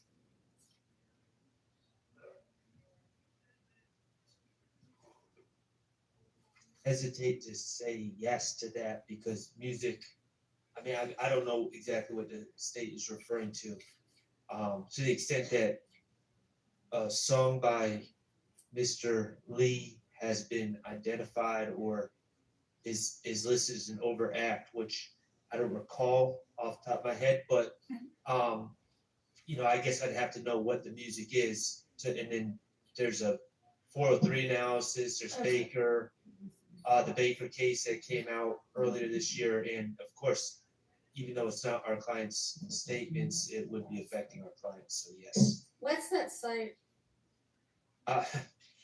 Judge, I don't think that Baker, it applies I to didn't this know set of that. circumstances at all. So- Well, Baker dealt with a music video, but it was really a 403 analysis Okay. case, and I can get the site. We dealt with it earlier in Well, this I'll case. just put in But- Baker music video and 403 and I bet in 2024. Yes. Okay. But again, I don't know specifically when they say music what we're Okay. talking about. So And is this Mr. Lee's music or somebody else's? Mr. Lee. Okay. 318 Georgia 431 is Thank the you. site for Baker. March 2024. Okay.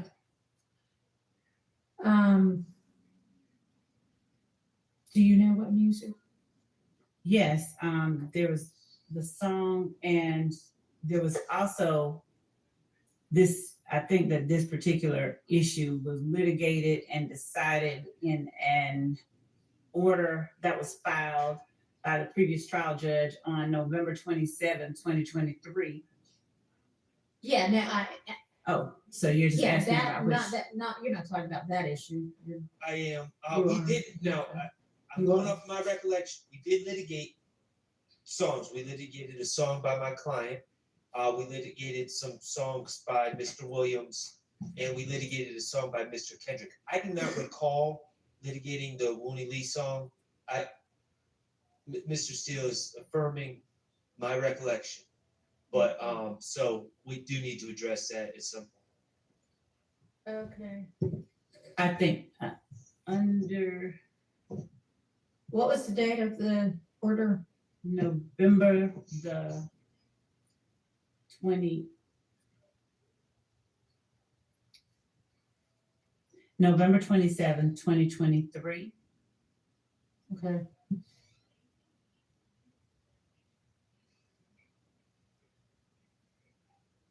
So on page 40, and this is not necessarily specifically talking to a lyric, but the court ruled that the lyrics evidence referenced in Division 8 supra is admissible against defendants Lee and Kendrick as a party admission and all defendants as a co-conspirator admission. The court found it relevant to count 1 RICO conspiracy, Acts 17 through 19, and count 2 murder, and that it is admissible to show actus reus mens rea and as proof of the existence and nature of the gang enterprise, the criminal nature of YSL, the connection of the defendants with one another as intrinsic evidence, and under OCGA 1615.3 and 1615.9. Okay, but was this particular song included in section 8? I'm making sure about the lyrics that we referenced in section 8, Your Honor, if the court would indulge us one moment. Okay, no problem.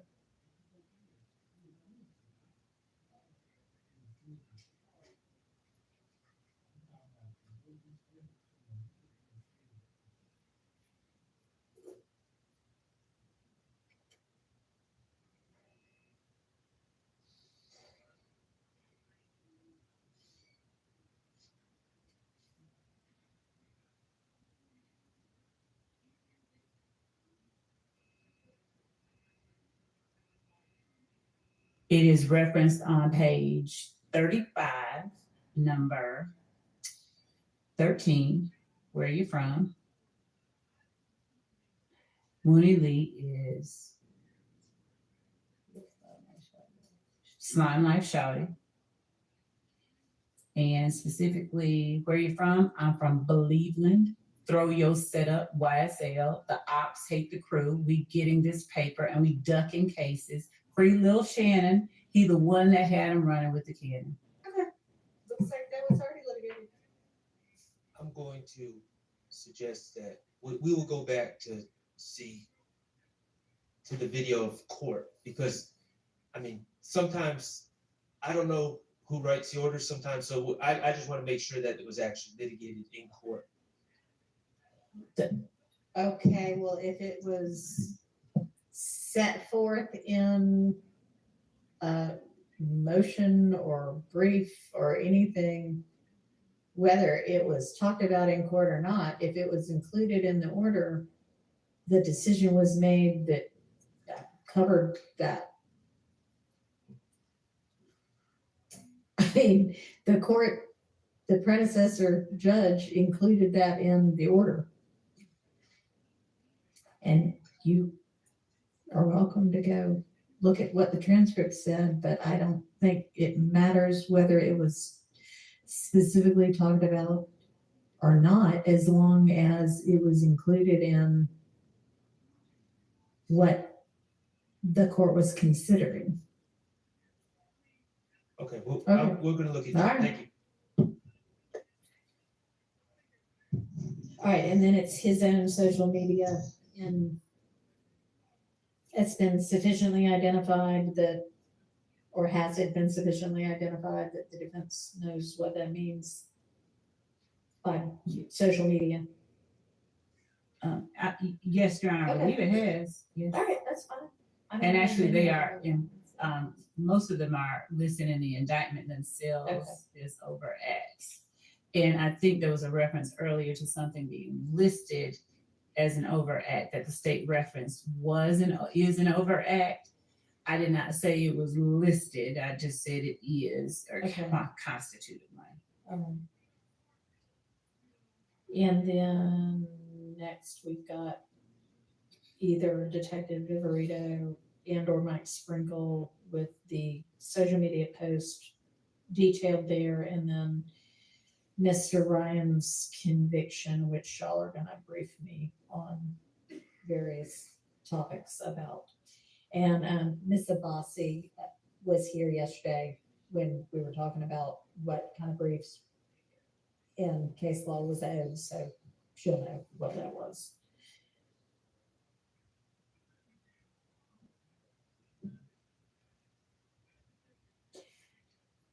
And Miss Love, I know at the time when you gave us this, that's the more detailed exhibits, that was as far as you've gotten at the time. And if you didn't continue on, that's fine, because I said, no, don't take so much time doing that. Just give us, a general list. But if you have done more, we can do more. I can't say right now that we've done more. If you haven't, no, I'd rather you focus on the other tasks I've given you. I just thought, hey, if it's sitting around, we'll take it. But if it hadn't been generated, don't worry about it. Thank you. Okay. All right. So then Colin Russell, any issue with the exhibits that are listed next to him? I wouldn't think so. Would y'all mind responding so I know the answer? Somebody.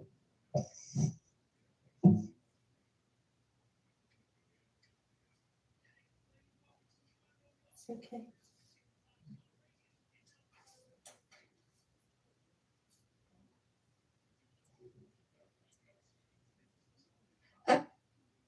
Welcome to book club in the neighborhood. What did everyone think of the chapter, The Right Area Rug for Every Budget? The section on washable rugs was thrilling. Why is nobody? Issues we need to litigate beforehand with regard to any of the exhibits that are going to come in through them.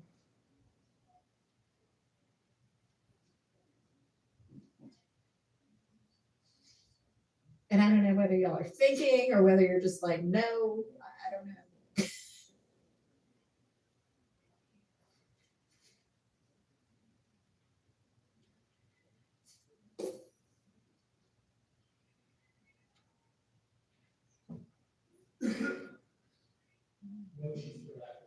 Okay. Is everybody good? Does everybody need a bathroom break? I assume y'all will just tell me if you do, but silence equals assent, I guess. All right. Dewan Maynard on the next page, social media. Any issues on that? That's going to be his own social media? Yes. Okay. Okay. All right. Is there any issue?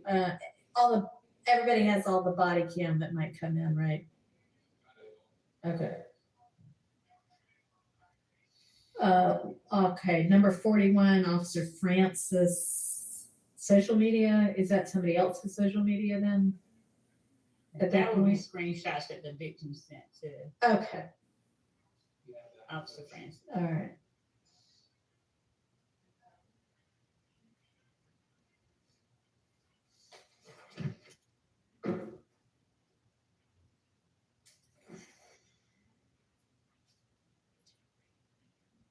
Unless there's anything else on that page, I'm turning to the next page. Miss Stanley, there's a jail call listed. Are there gonna be any issues there?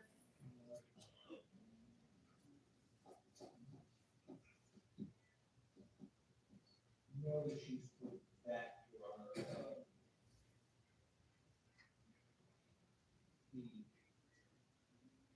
One of the parties on the jail call is alleged to be a code in this case. Okay. So to the extent that that particular person, obviously we want to have an opportunity to question that person's represented, that person's under indictment. And do you mind telling me who it is? Bender. Okay. That raises somewhat of concern for us.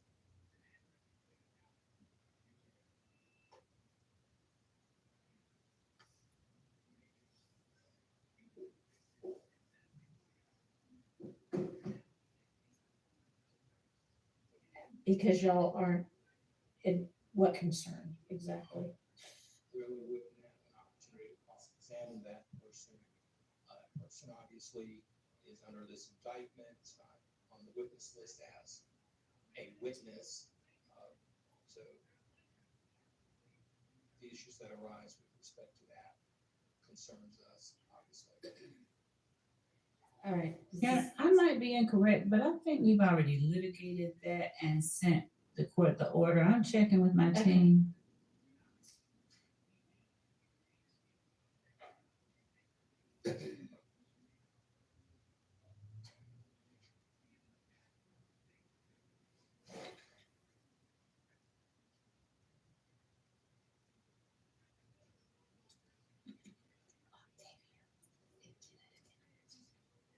Yeah, like an hour. Okay. It's really weird because it's only on page like 85. Warning, local storage cache is full. I mean, if you want to. I really like that sweater.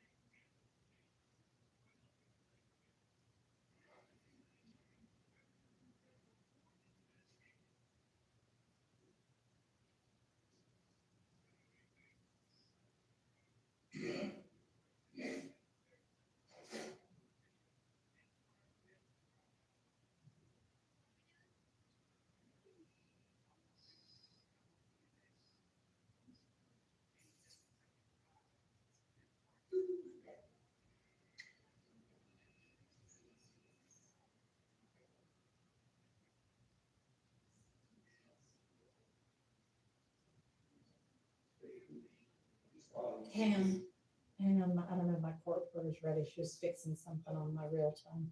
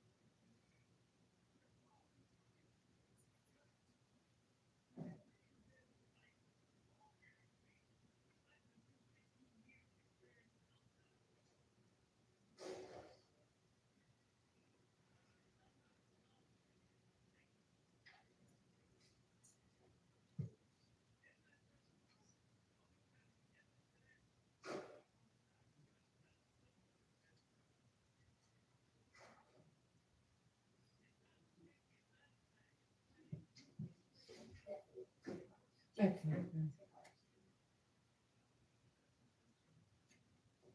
All right. She's, I think, ready now. Are you ready now? Almost.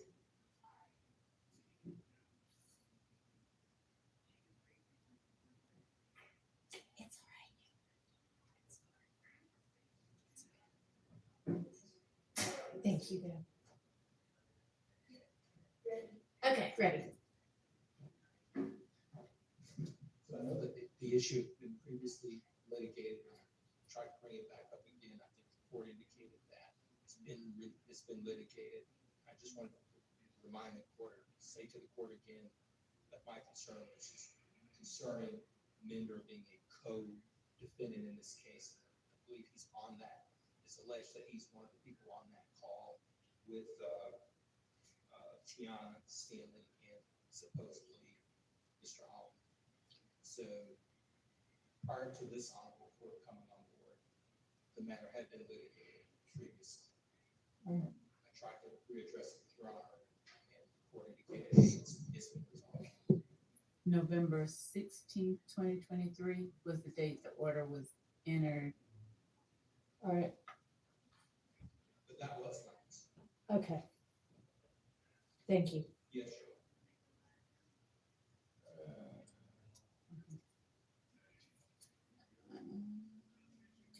And Your Honor, Yes. just for full context, the last line of the order reads that the court grants the state's October 24, 2023 motion to introduce Gary Holloman's statement to defendant Mender's mother and defendant Mender in the three-way conversation the day after the robbery as residual hearsay evidence pursuant to 24-807. That's different than what, it's in the same call, but I heard Mr. Matthews reference something. The residual hearsay issue I actually did look at again, and I came to the same conclusion. So you're talking about something different, is right? You're talking about kind of, I guess, confrontation issues. Was that litigated?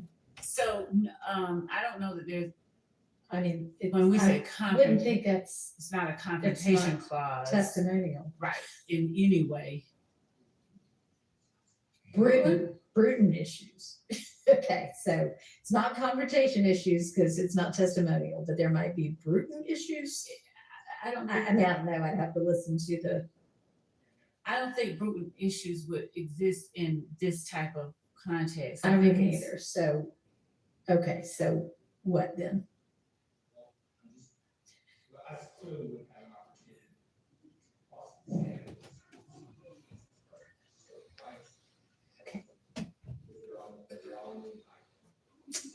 Well, they're not testifying. But when you have a right to cross-examine somebody is when they're giving some kind of testimonial evidence against you. So even if they weren't on the stand, if this were a testimonial type statement, then you would have a right to cross-examine, and we would otherwise have a confrontation clause problem. But you don't have the right to cross-examine on something like this if it's not a testimonial type statement. So, okay, so maybe I'm just not following what it is that your argument is going to be. Okay, well, all right. Okay. Okay.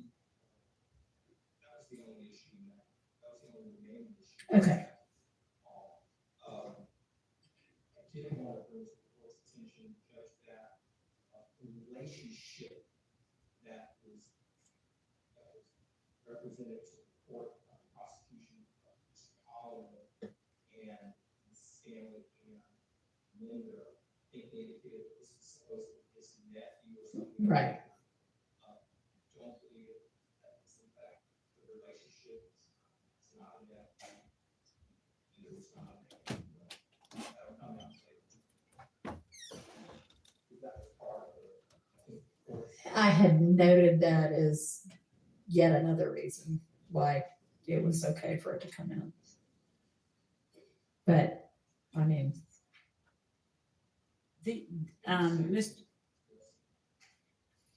so I think that Mr. Holloman, I think he references him as uncle. Yeah, but even though there's not a blood Isn't he relationship. the brother of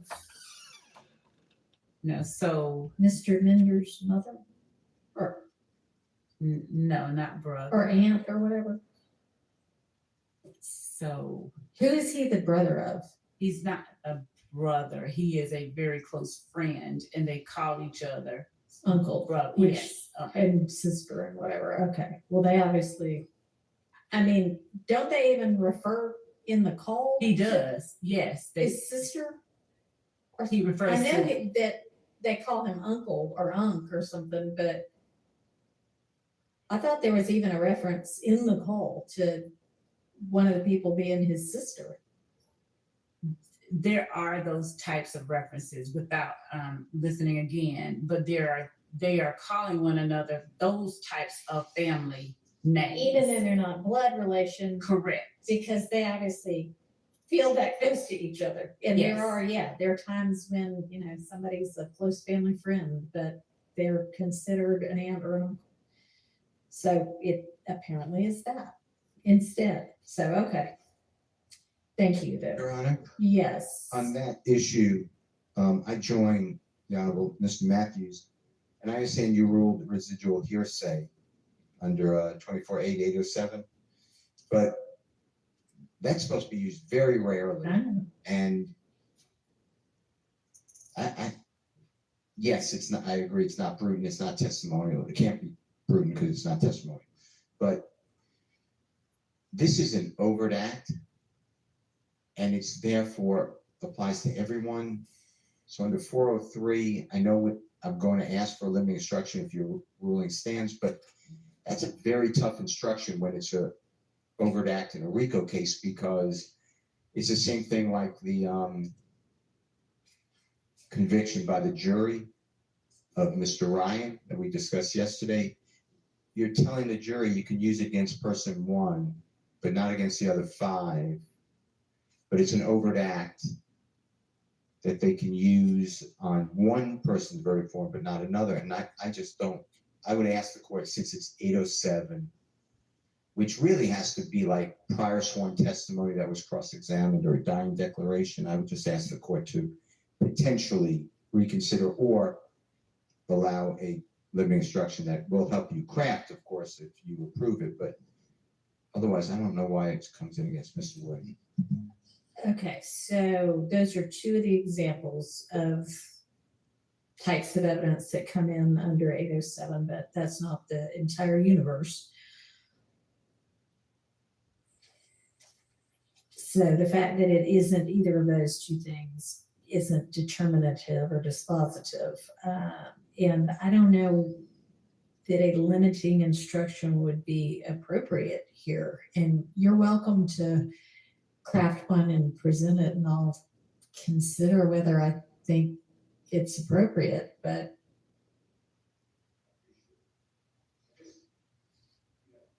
I was always taught by your court and the courts in general that residual hearsay is really, and I'm just looking. I know. It says, if you don't mind, it says it must be equivalent to cross-examine former testimony, statements under the belief of impending death, statements against interest, and statements of personal or family history, not just that people are related, and that these categories of hearsay have attributes of trustworthiness not possessed by the general run of hearsay statements that tip the balance in favor of introducing the information if the declarant is unavailable to testify. And that's another thing, and that's, by the way, I was reading out of ASH, ASH versus State, 312 Georgia 771. It's in division. It's in division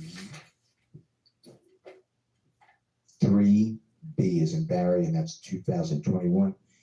But also, a person to that conversation is available to be cross-examined. I'm not talking about a person with a Fifth Amendment right, but there's another person who I believe is available to be subpoenaed and is on the state's witness list. And if I'm wrong, okay, I don't want to be wrong, but I believe that what I said is accurate, that the person is here in Atlanta and could be subpoenaed. So I would ask again.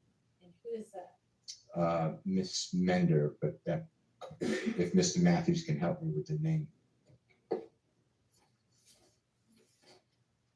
Who?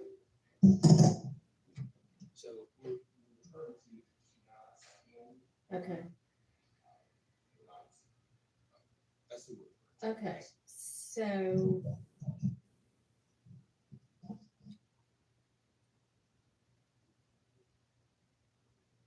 I mean, this is the witness that this would come in with?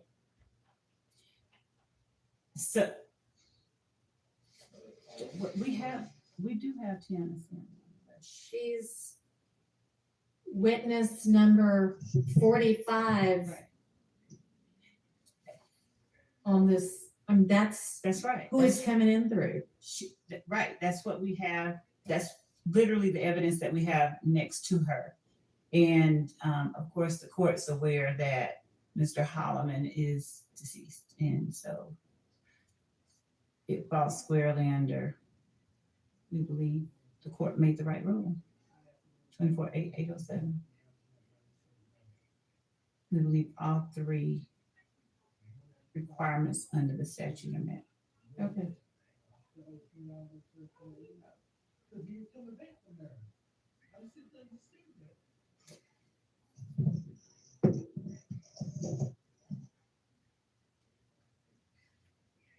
All right, then we come down to Sergeant Henderson with Mr. Huey's interview and social media.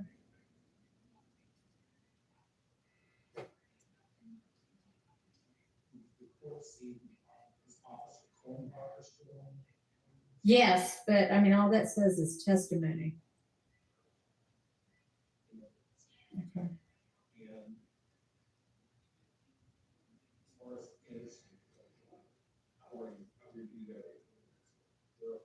Okay. Belknap. Any, I mean, I guess if the search wasn't.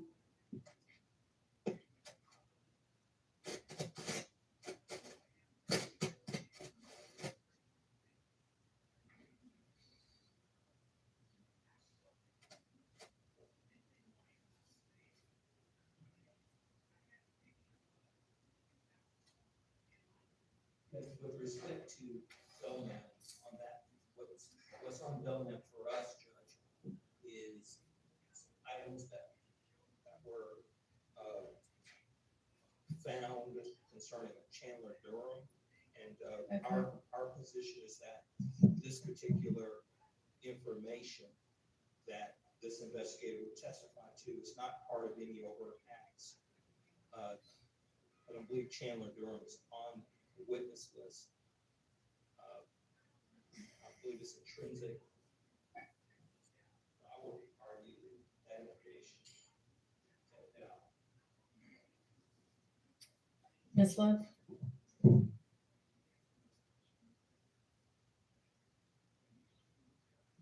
Just to make sure that I understand my colleague's argument is that because Mr. Durham's name is not on the witness list and because this act is not listed as an overt act, it should be kept out.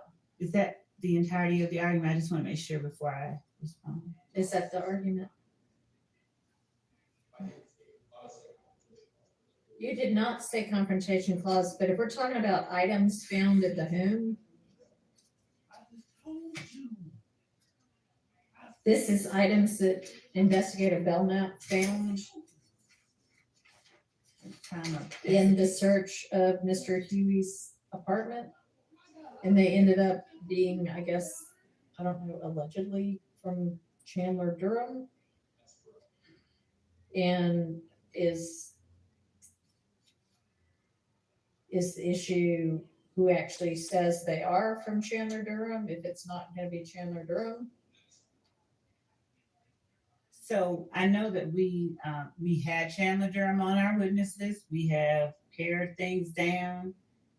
If it turns out that we ultimately left him off, and I'm making sure that we did, that's just one more person that we'll just add back in? Yes, that we'll just add back in. Okay, so, I mean, that would just be like hearsay if he says Chandler Durham said these were his. Okay.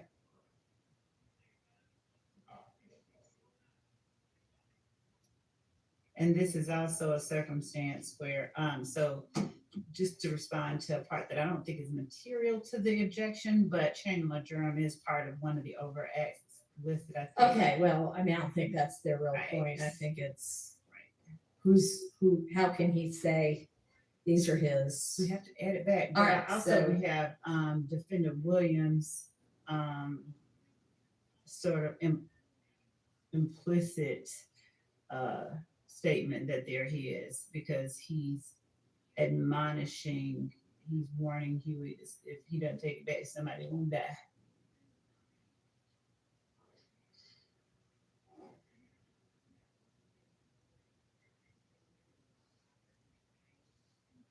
But that's just, so we, Yeah. Well, I guess maybe, even though I appreciate your efforts to pare down your witness list, this is one witness you're gonna need to add back.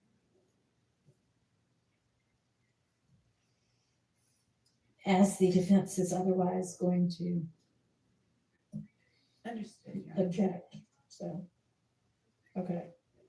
That circumstance may come up again.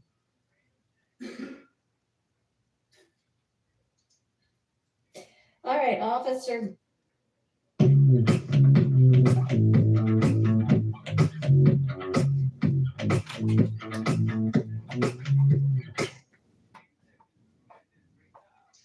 Yeah, we've talked about him already. And then when we turn to the next page, page 12, this is one of those subsequent allegedly intrinsic acts, and I know I ruled on 2 and withheld ruling on 2. Yeah. And this is, I think, one of the ones that I ruled out. It is, so we can eliminate that witness if that's all they're testifying to, right? Hmm?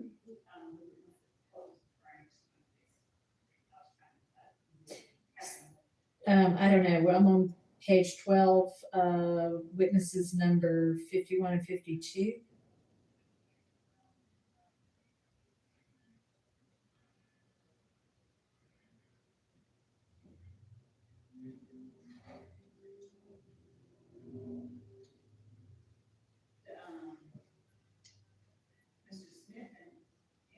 No, Timothy Brown and investigator Viverito. Hmm? Oh, okay. Yes, report did, yes, okay. Now, Mr. Hang on. So 48 and 49 were Belknap and Flores, and we have moved on past them. We must be looking at a different document then.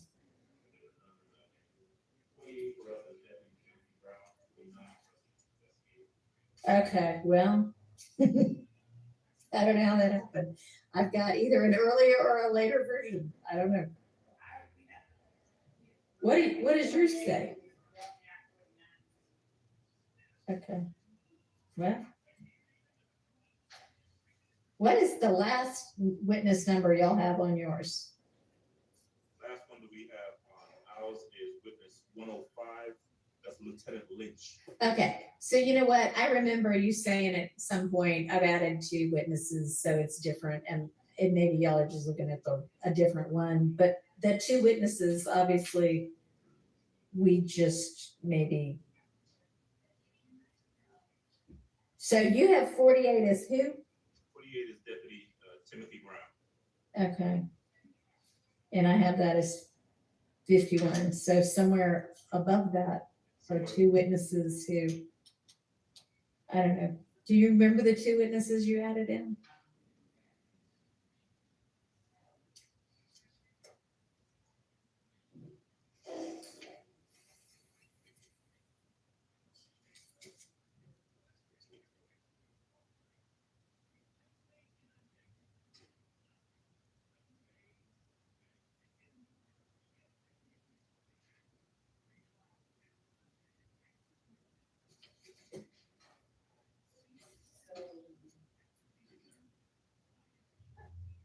Okay, so how about this? Going up from Belknap, I've got Henderson, Kornbacher, Stanley, Coppage.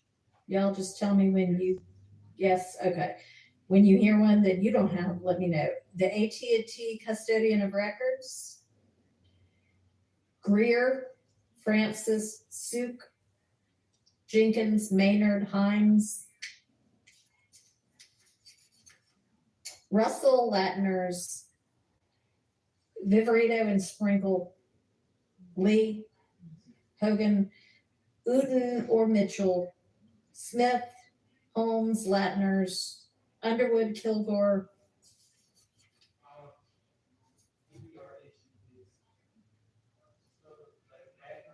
Yeah. Oh, there's no number for it. No.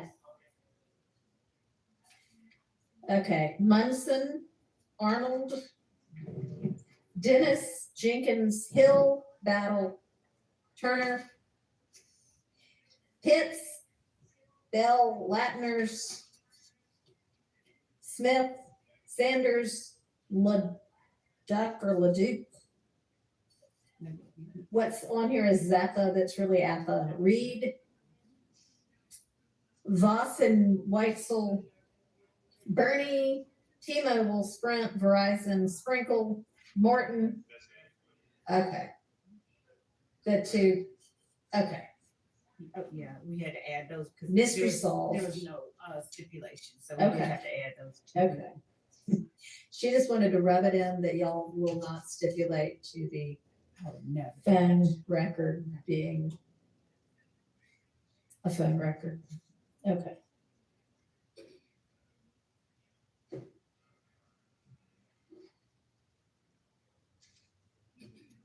All right, so anyway, back to Timothy Brown and Viverito on that issue. We can strike those two witnesses because that evidence is not coming in.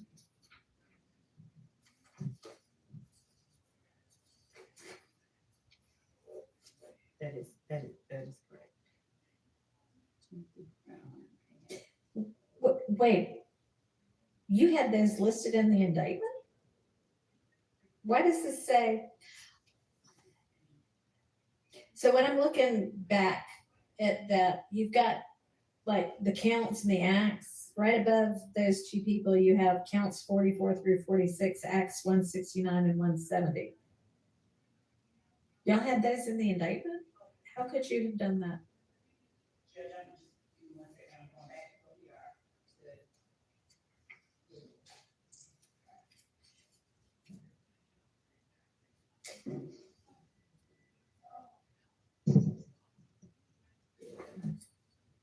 So the indictment.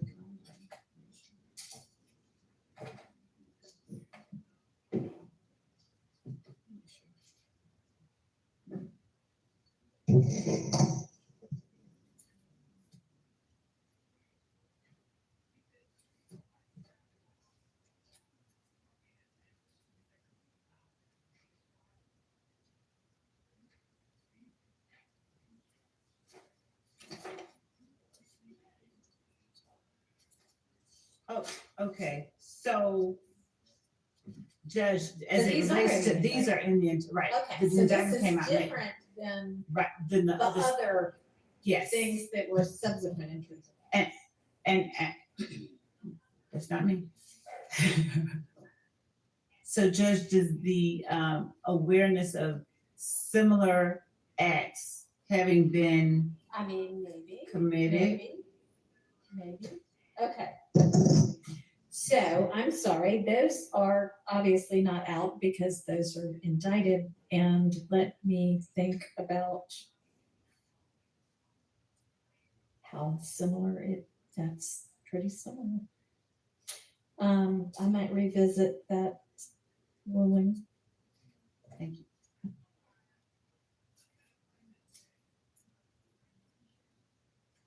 Not sure y'all made that argument at the time we were talking about it before.